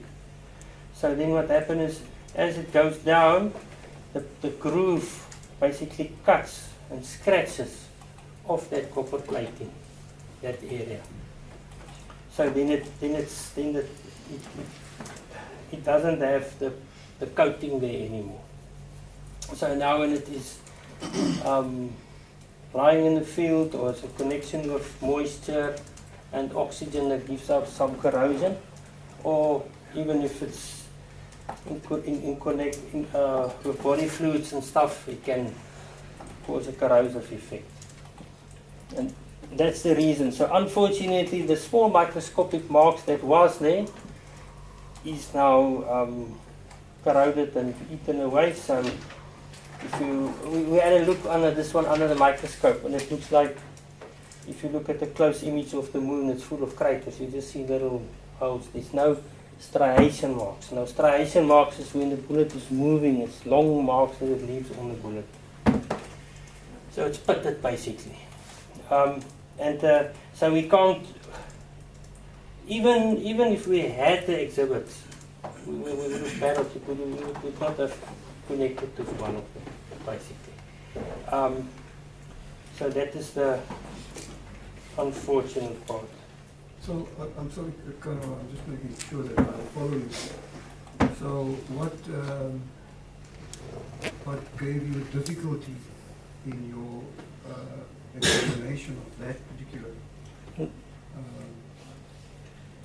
was the lack of the microscopic marks that you would normally find on it? Yes, the microscopic marks that we usually use for our microscopic comparison, they were by corrosion and rust. Basically, it took off those microscopic marks. So you would likely say the bullet was removed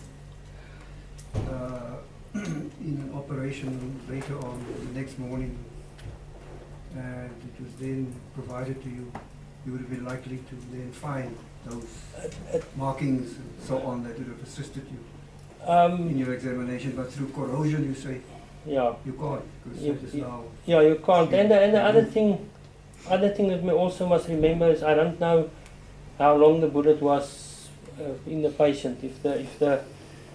If it's happened today and is removed tomorrow, obviously your body fluids won't have a corrosive effect on it so quick. But if you Yeah. talk about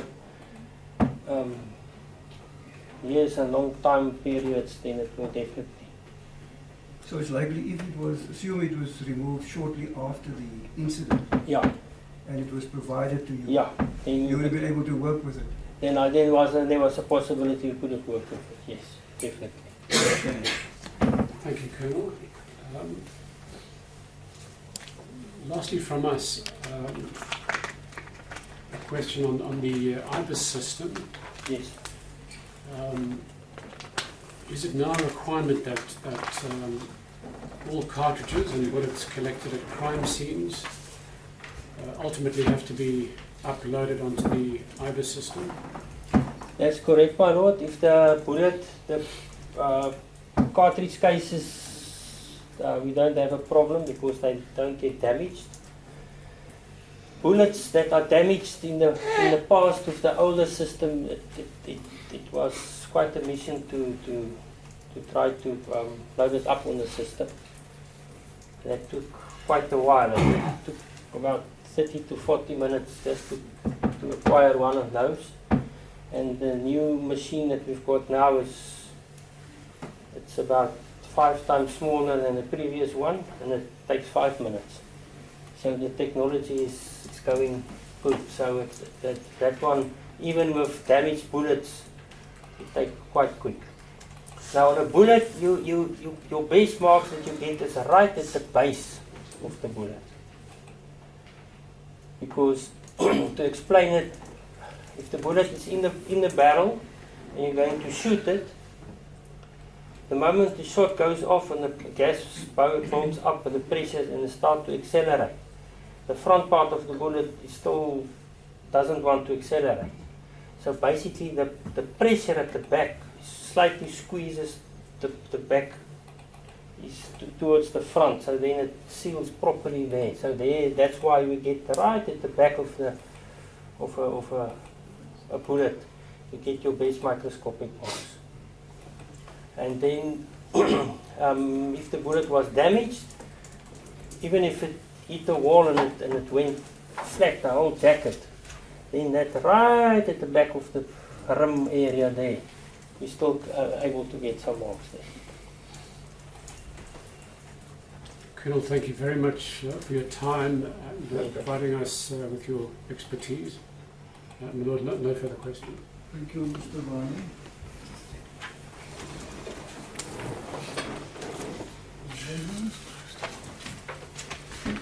Thank you, my Lord. I would just like to confirm the witness. Colonel, the original docket in respect to this matter, you've indicated in your examination in chief that it was stolen. Is that correct? That is what as I said previously, it was not even that time brought under my attention as I was moved to Port Elizabeth in 1996. So later when I wanted to get hold of the bullets, the original dockets, then I was informed that the docket was stolen. Thank you. Judge, I just wanted to clarify that. Yes. As Advocate Barney indicated that the investigating officer had been tasked with locating the original docket in respect of this witness. As far as my notes are concerned, it is in respect of Mr. Du Plessis that docket is to be located. Then I just wanted to confirm as well, you indicated that the bullets were compared with the Yellowwoods attack, is that correct? That's correct. Those the bullets that the 2 pairs that we could, yeah. Obviously the others that I mentioned that are damage that we could, I couldn't do them because they were damaged, but the 2 pairs that we had were also, So during or evidence obtained from the Yellowwoods attack also revealed that AK-47s were used in that attack. Yeah, I've personally, as I said, I've requested the docket. I didn't went through it, but I think there was used AK-47s. I think there was 5.56s as well. I'm not sure. I can't recall. Thank you. Then, Edward, I raised with you the indication that Special Forces cartridges did not have markings underneath. Is that correct? Yeah. And if at that time when you examined those cartridges, if you suspected that it was one of these Special Forces cartridges, would that have raised concern?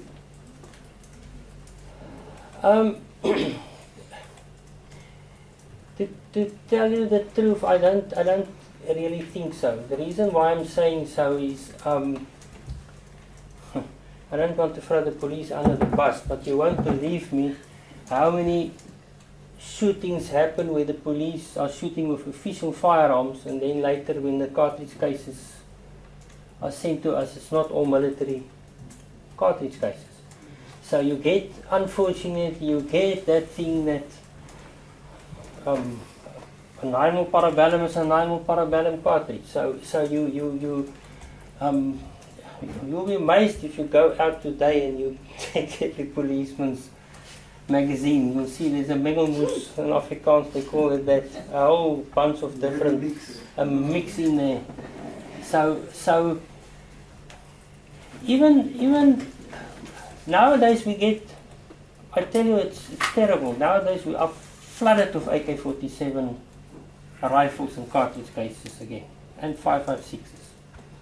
We are flooded, and most of those ammunition that we receive currently is actually brand new USSR and China-made cartridges. And of those taxi war types of stuff, all those cartridges comes in because it's there. And nowadays, in between them, we actually get those special force or whatever PMP cartridges. There's some of them even in some coming with them. So they, it's more.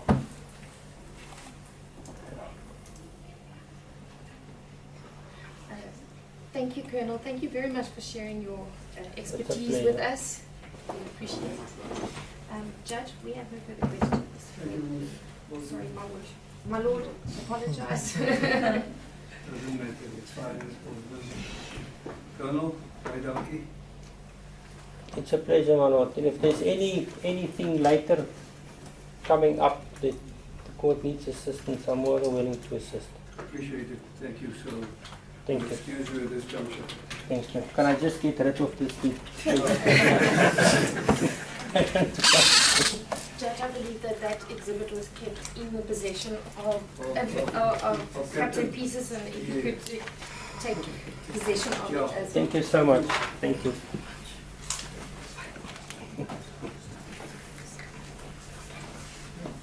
All right.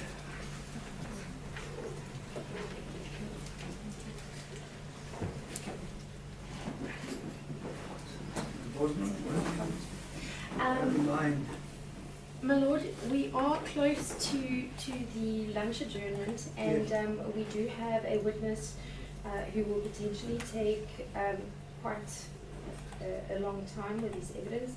We would also like to just canvass some aspects with him, and therefore we request that the court adjourn for the lunch adjournment at this stage. Sorry to intervene. Below, we only have a few days left of the inquest, and we have quite a tight schedule. We have a witness that we have flown down from Pretoria, and he only has today in which to testify. That's our ammunition and explosives expert. Yes. There's still 20 minutes to lunch. We'd like to make use of those 20 minutes, at least to get him on the record. We'll have to go through his CV. Perhaps we can start his evidence, and then we can finish him not long after lunch. Very well. So we would like to continue. They do have an hour to consult over lunch and then later as well. So, all right, so we'll interpose your expert, and then we can revert to Ms. Bosman's witness. As the court pleases. Lord, our expert has prepared a report. We have shared it electronically with our learned friends at the NPA. I believe this is going to be marked N, Exhibit N, my Lord. And I'd like to hand up a copy.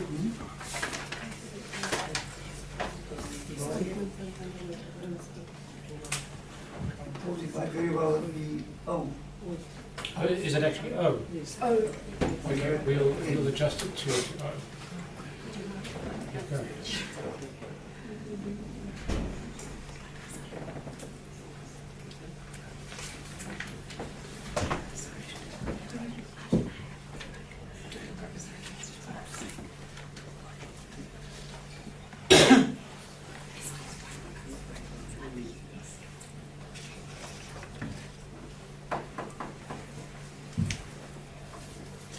yes, exhibit O then is a report by Charles J. That's correct, Your Lordship. With the leave of the court, we would like to call him to the stand. Yes. Indeed.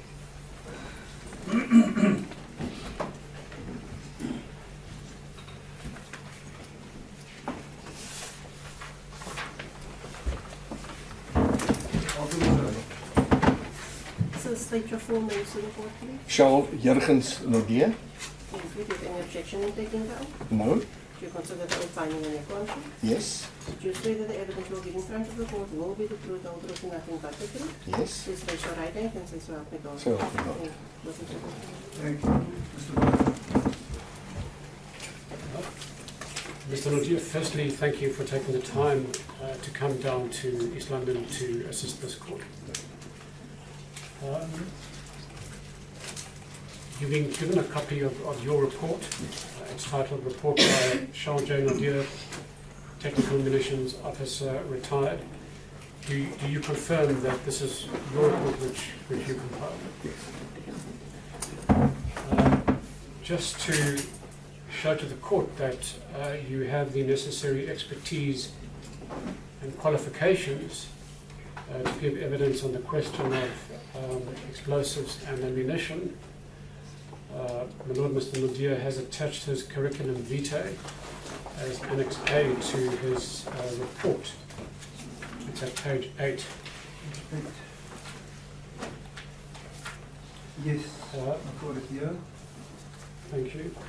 So, Mr. Nadir, you've had a very long and interesting career, firstly in the South African Defence Force, spanning all the way into the South African National Defence Force,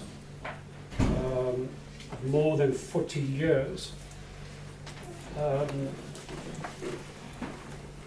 just looking at everything you've done, and there's actually way too much to take the court through in great detail. But perhaps if you can just indicate to the court some of your highlights of your career, qualifications you have obtained, and some of your career landmarks. Thank you. Like I said, it's a technical munitions officer.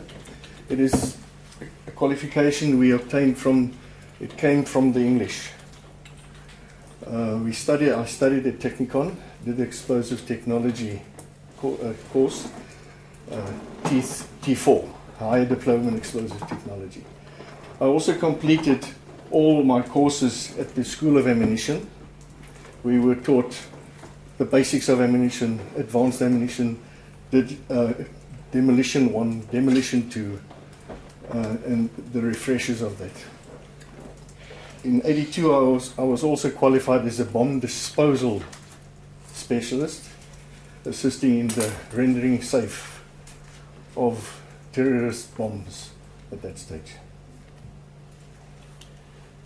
And can you also give the court an indication of some of the key positions you've held, firstly in the SADF and then in the SANDF?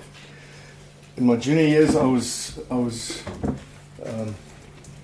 responsible for all infantry ammunition and all police ammunition. That what is acquired via Arms Corps. We would do the acceptance testing or the research and development of it. For example, the user, which could be the police, the infantry or artillery, will say, we need this type of ammunition. We will draw up a technical specification. We would then start design and develop that type of ammunition, build a prototype, demonstrate it, and if it's demonstrated and they are happy with it, we will go further into production of that and then delivering those items to the client. So it looks like your most recent positions before you retired in 2019, you were the officer commanding is DoD Department of Defense? Yeah. Department of Defense Ammunition Depot and School of Ammunition Depot. And you've listed your tasks, which included ammunition inspection and licensing, maintenance, disposal and training. Yes. And then the position you held from 2003 until your retirement date was that of Directorate Army Logistics at South African Army Headquarters. Yes. And what were your main responsibilities there? A senior staff officer and the representative of the Chief Army as an ammunition specialist. Just, if I may, sir, Please do. I was also involved in the clearing of the accident that took place in Maputo in 2007. We were tasked to go and clear up the depot that blew up. We had to clear everything that was above surface for their government as well. And that was a highlight. It was there you would, I have to identify remnants of explosives and ammunition pieces and destroy those that are still active, and the inert type we would place in another place and dispose of that. Right. Now that sounded like a very significant investigation. How long did that take? We were supposed to go there for 2 weeks. 3 months later, I only got back home. And lastly, you mentioned also that in that position you also were involved in research and development in relation to explosive ordnance disposal techniques. Yes. In fact, I assisted the SAPS in writing their unit standards for the bomb disposal course they developed and registered at Sakwa.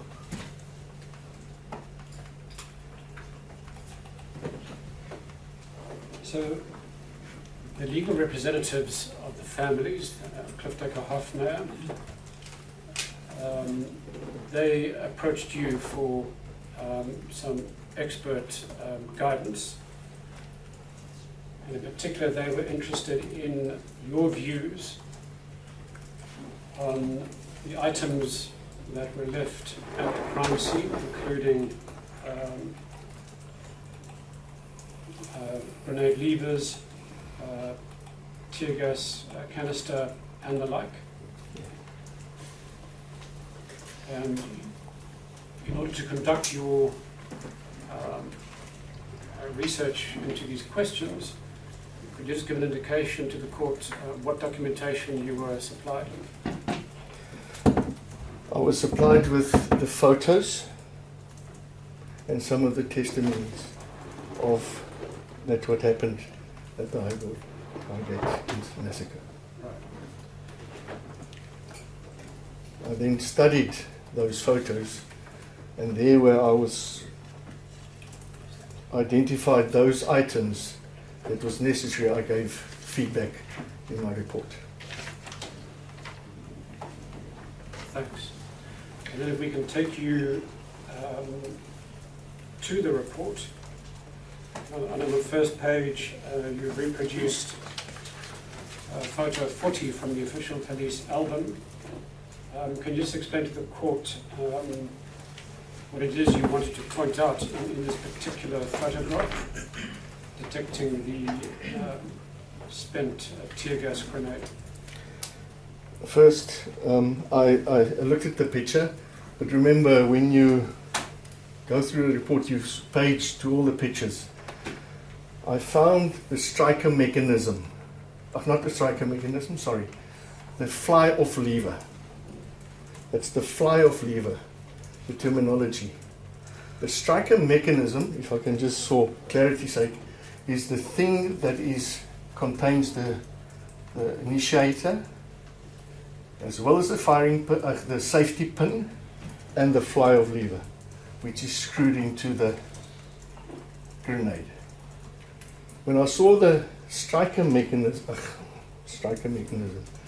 the fly-off lever, I then looked at this picture and made the deduction that this is a CS grenade.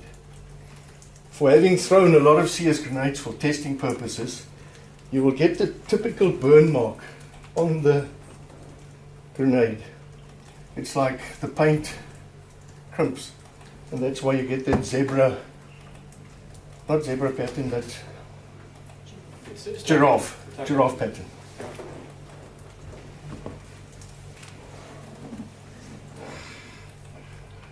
Where do you get that pattern? So on the body of the grenade one. On the body? Yeah. Is it on this one here in the photo photo? Yes, if you enlarge it, you will see. It's the same if you take an aerosol can of your favorite Brute. You will get that. Not advertising, but yeah. The first one, yeah. Also use it. And talking of the fly-off lever, if you turn to page 2 of your report, in figure 2, is that the fly-off lever in question? Yes. And is there anything you would like to bring to the attention to the court in relation to that lever? Not necessarily, but it's the typical item you will always find when a grenade is thrown.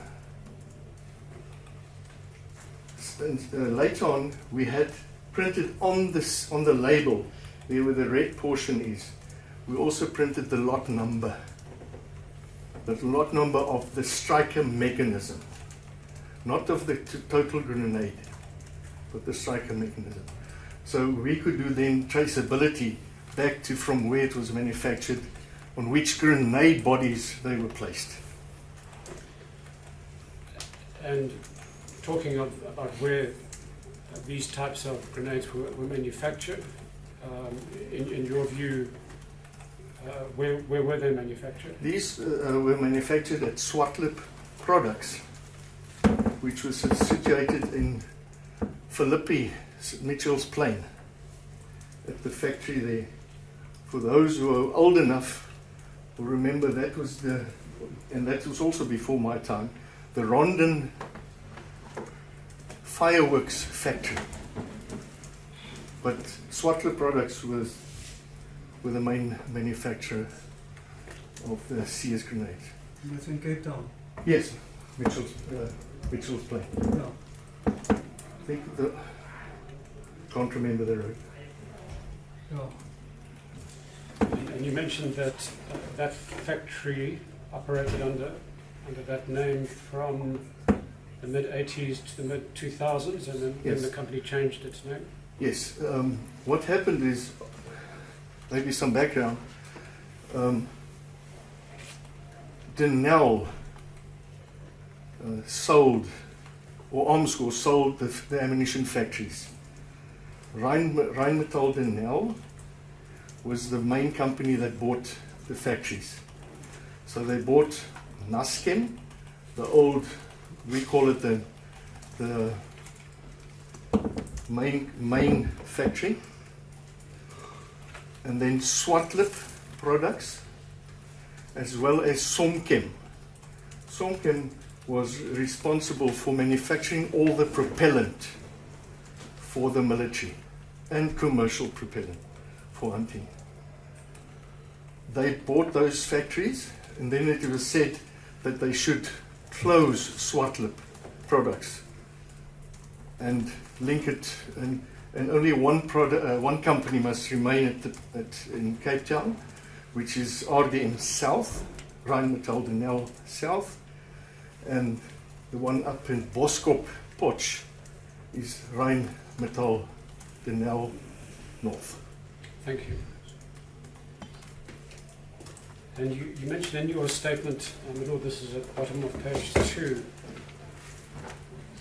perhaps you can just explain these tear gas or anti-riot grenades, who were they primarily supplied to? They were supplied primarily, the main supplier was the SAPS or SAP, as well as the SANDF or SADF, but only special certain units they were issued to that assisted the police during riot control, because you had to teach the riflemen, the soldiers, the use of the tear gas and the use of gas masks, because you need to put your gas mask on when you are utilizing it for riot control purposes. But it was also delivered to the TBVC states as well. The Transkei, I think this is Sky, Botswana, and Venda. They were also delivered to them. Presumably for use by their police forces? For riot control purposes, yes. You mentioned that once manufactured, the approved lots would then be delivered to certain places for then further distribution. Yes. And that would be still within the case of SAPS. And then it's presumably another central place in respect of the SADF. Yeah, the SADF would go to either the ammunition depot in Daar, of which I was the commanding officer at a later stage, Naboom Spruit, where 91 ammunition depot is situated, and Jan Kempdorp, where 95 of 93 ammunition depot used to be. Sorry, it's still there. Thank you. My Lord, it's 1 p.m. Might be an opportune time to take the lunch, should you not? Very well. We'll take the lunch and adjournment. We go in at 2:15. All right.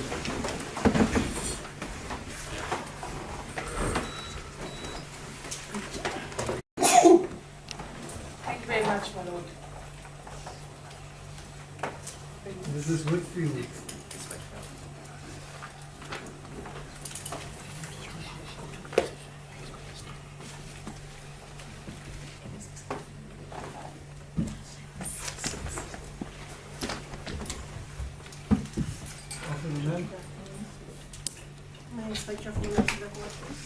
My name is Denise Whitfield.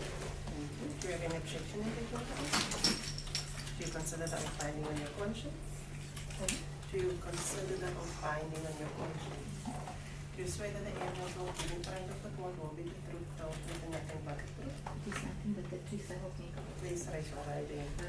Say swear to God. Thank you very much. Richard. Thank you very much, my lord. Ms. Whitfield, first and foremost, thank you for coming through on such short notice. And furthermore, thank you very much for being willing to allow us to represent you and to also come through today to share your perspective on the impact and what happened that evening. If at any point in time you feel uncomfortable or you don't want to continue, please just indicate it to me and we'll make the necessary arrangements. Other than that, I'm going to be asking you a few very simple and straightforward questions. I don't think your testimony will be long, but it will be valuable. If you wish to sit down, you're at liberty to sit down, Ms. Whitfield. No, I'm fine. You're fine like that? Good.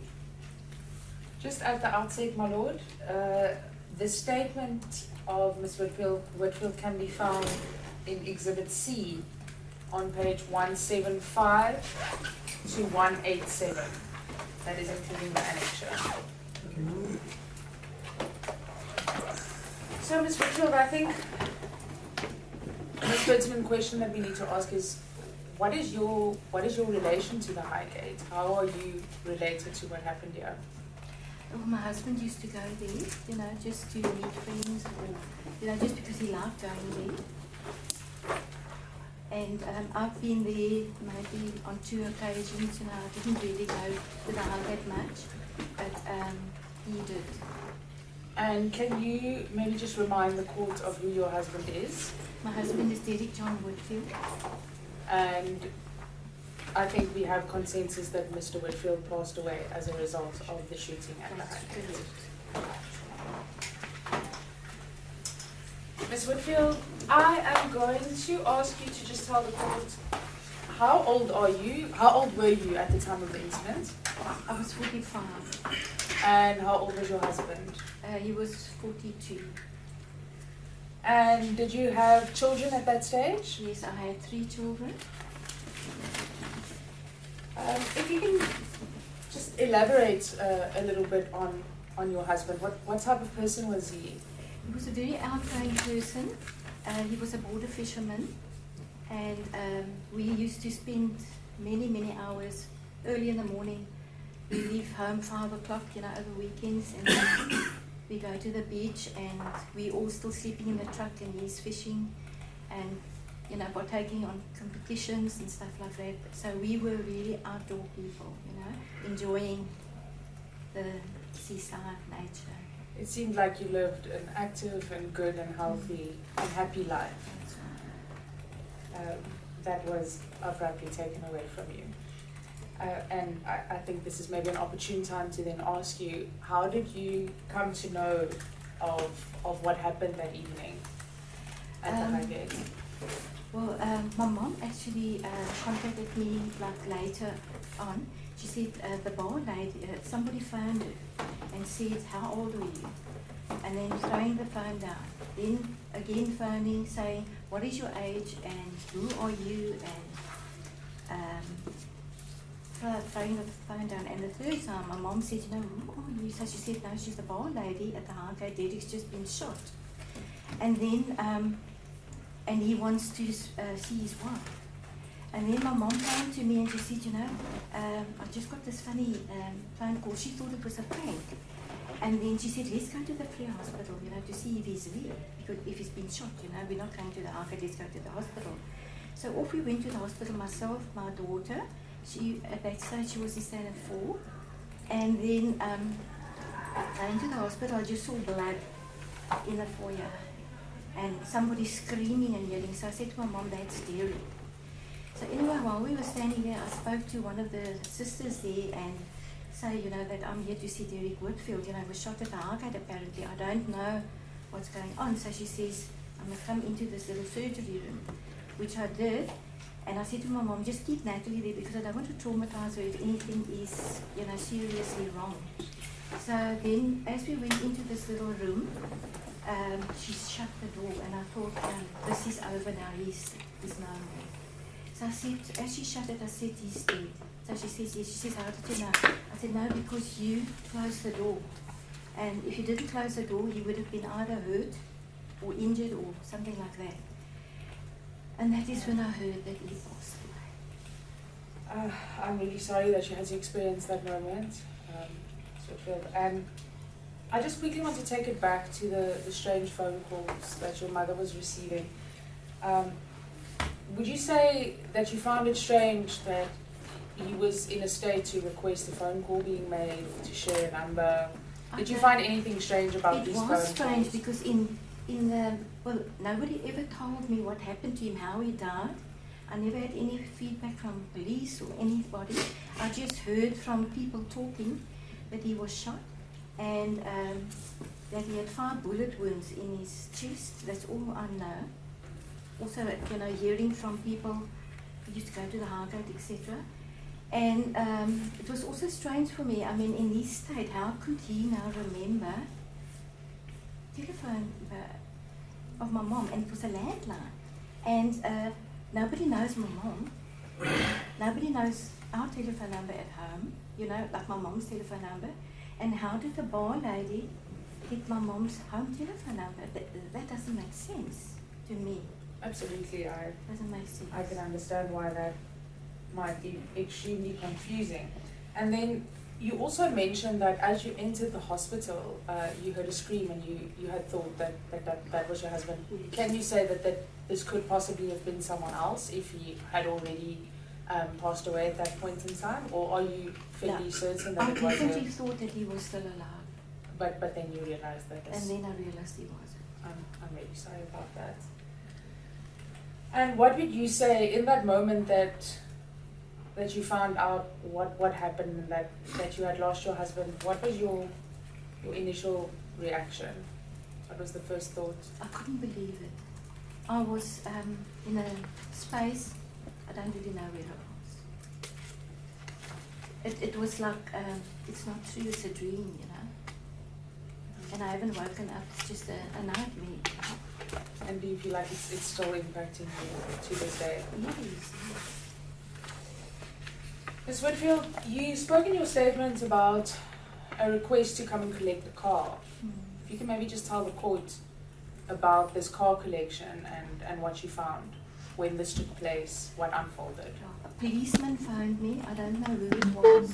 I can't even remember if they took me there or I got to the Highgate on my own or to a friend and said I must collect Derek's car at the Highgate and they will escort me just in case I get shot. And that was very strange. Why would I get shot, possibly, and why must I be escorted? So when I got to the Highgate, his car was standing there, and then I said, where's his wallet and the car keys? And they said they don't know. So then, luckily I had a spare key from home, and that is how I collected the car, started the car, and then they said no, they'll wait until I leave the scene just to escort me so that I might not get shot. And then there were about, I would say, 3 or 4 policemen standing there and waited until I drove off with the car. And that was the last I ever saw or heard from the police. And I never to this day got the wallet or the car keys. And when I had to go and identify him at the mortuary, there was no wallet, there was no car keys.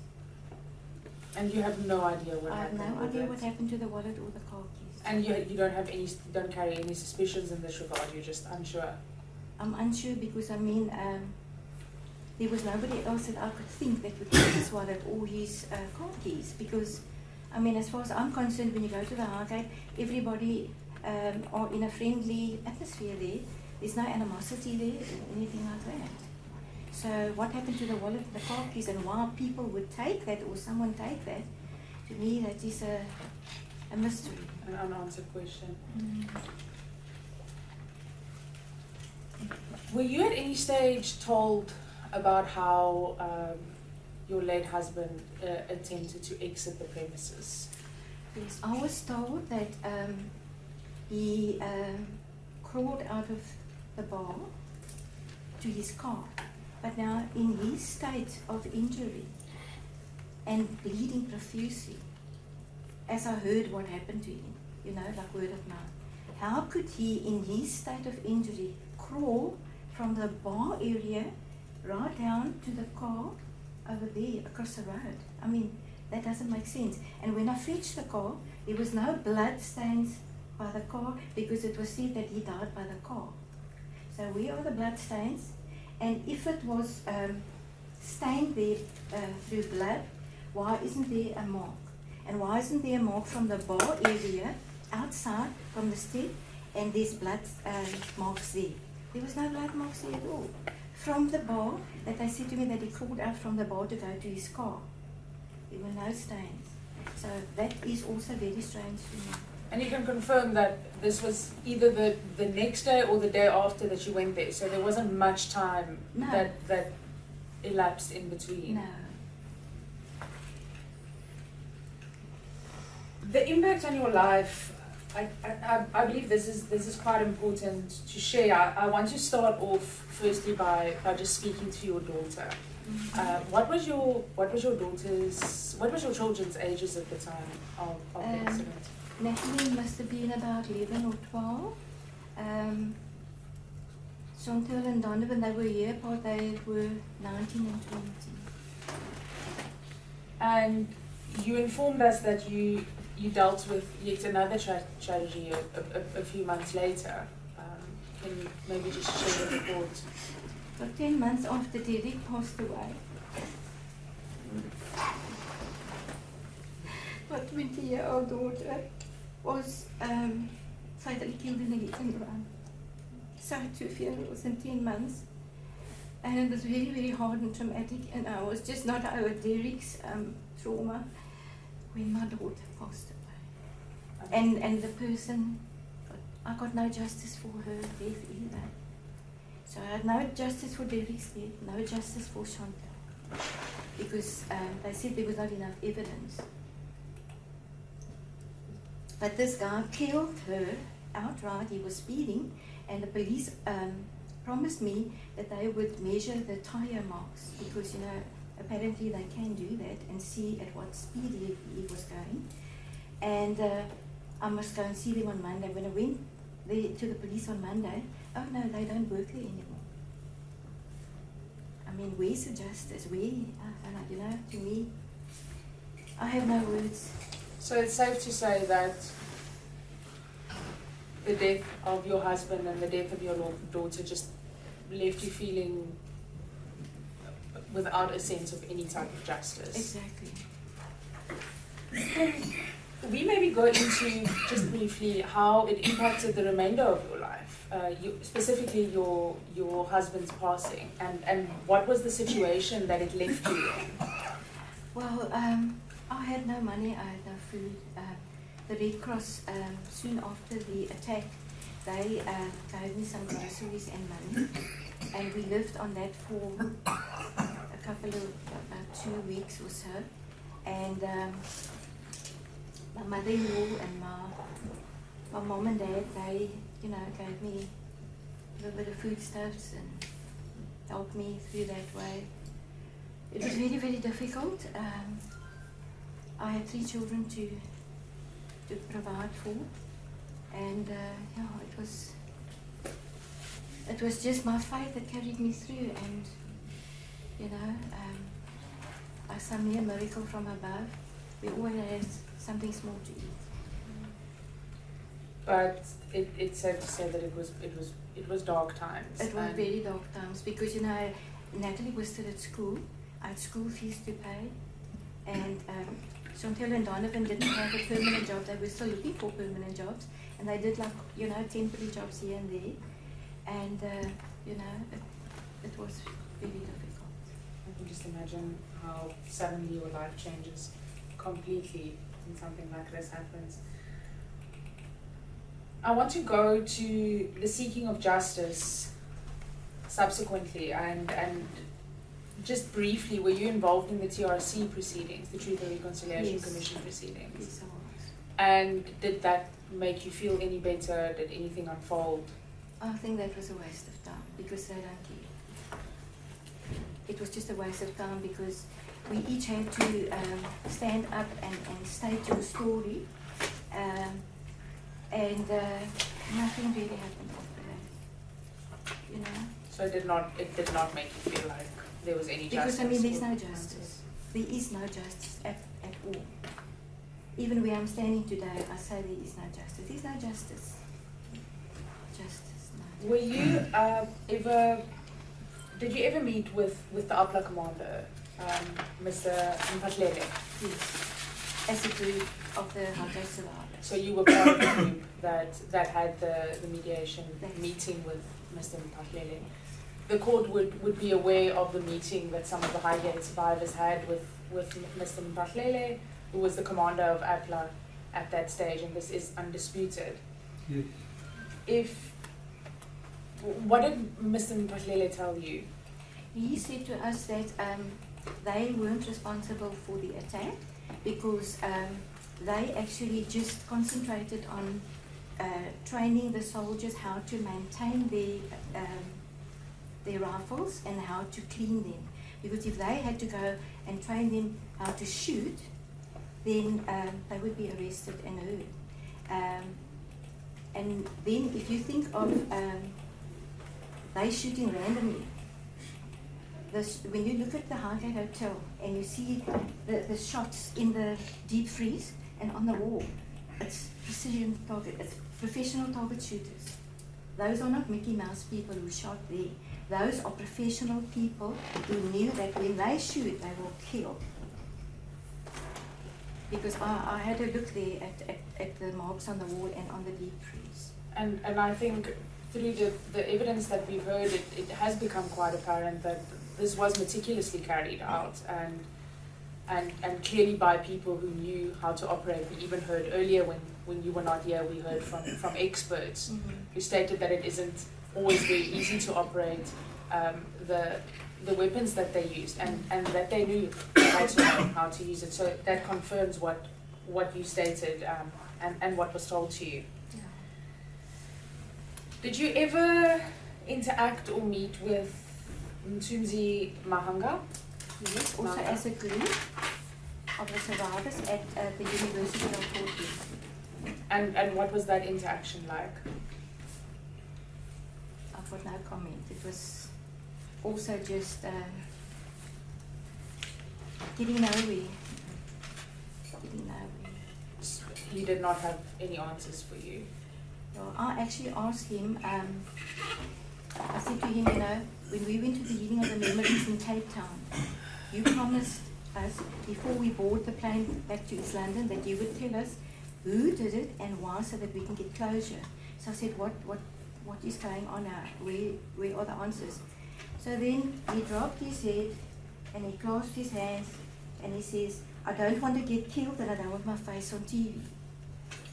So I thought, why say that? Does that make sense?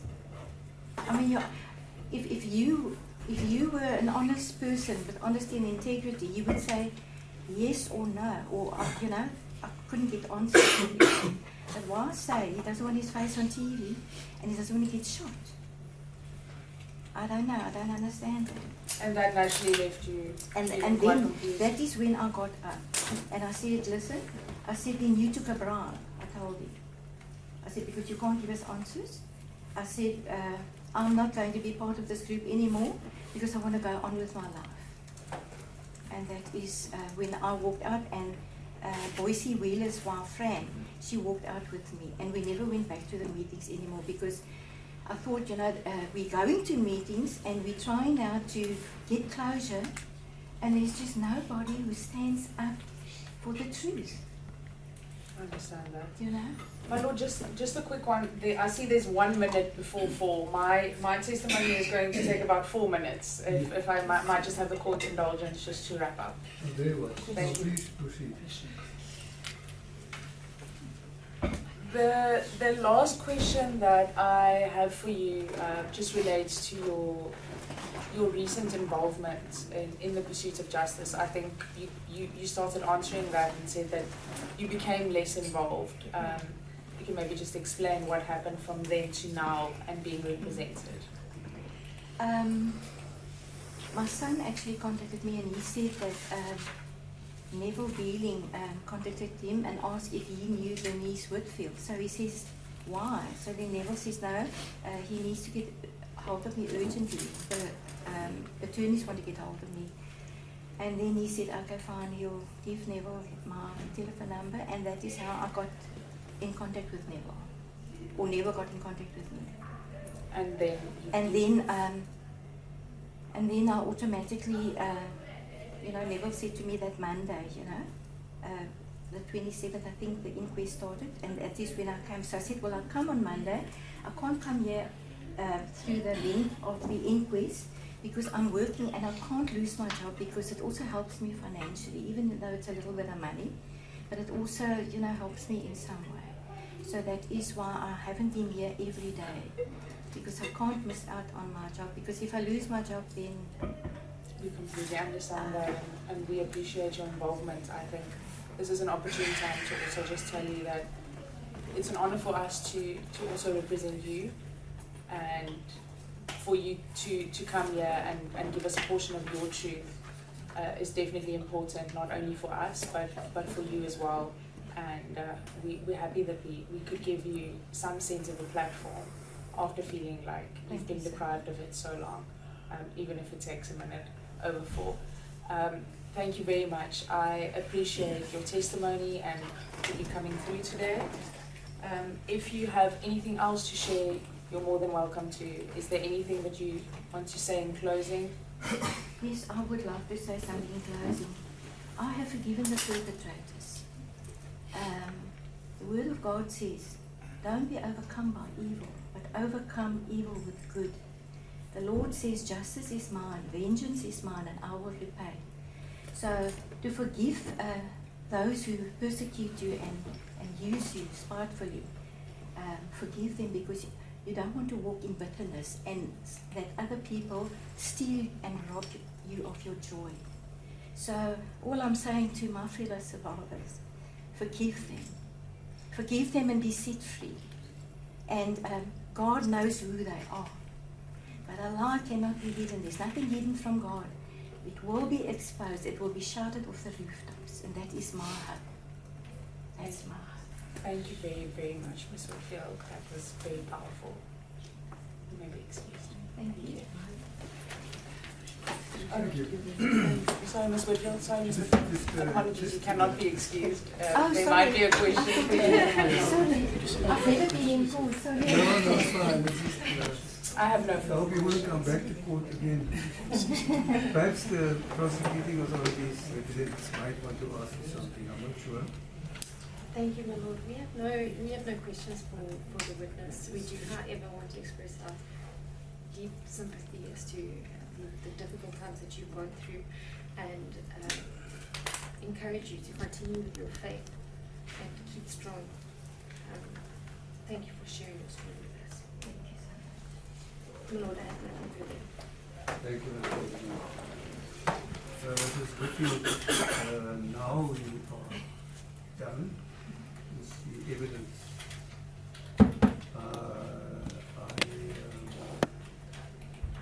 I echo the sentiments that have been expressed by the advocates.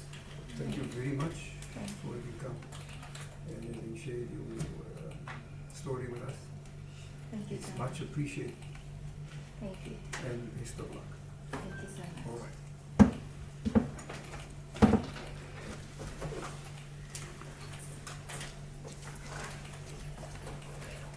We'll adjourn the proceedings until tomorrow. I assume, Savani, we have the virtual testimonies lined up for tomorrow morning. Indeed, Lord, we hope that the technology won't fail us, but it has been set up. Very well. We will then adjourn until 10 o'clock tomorrow morning. As a court. All right.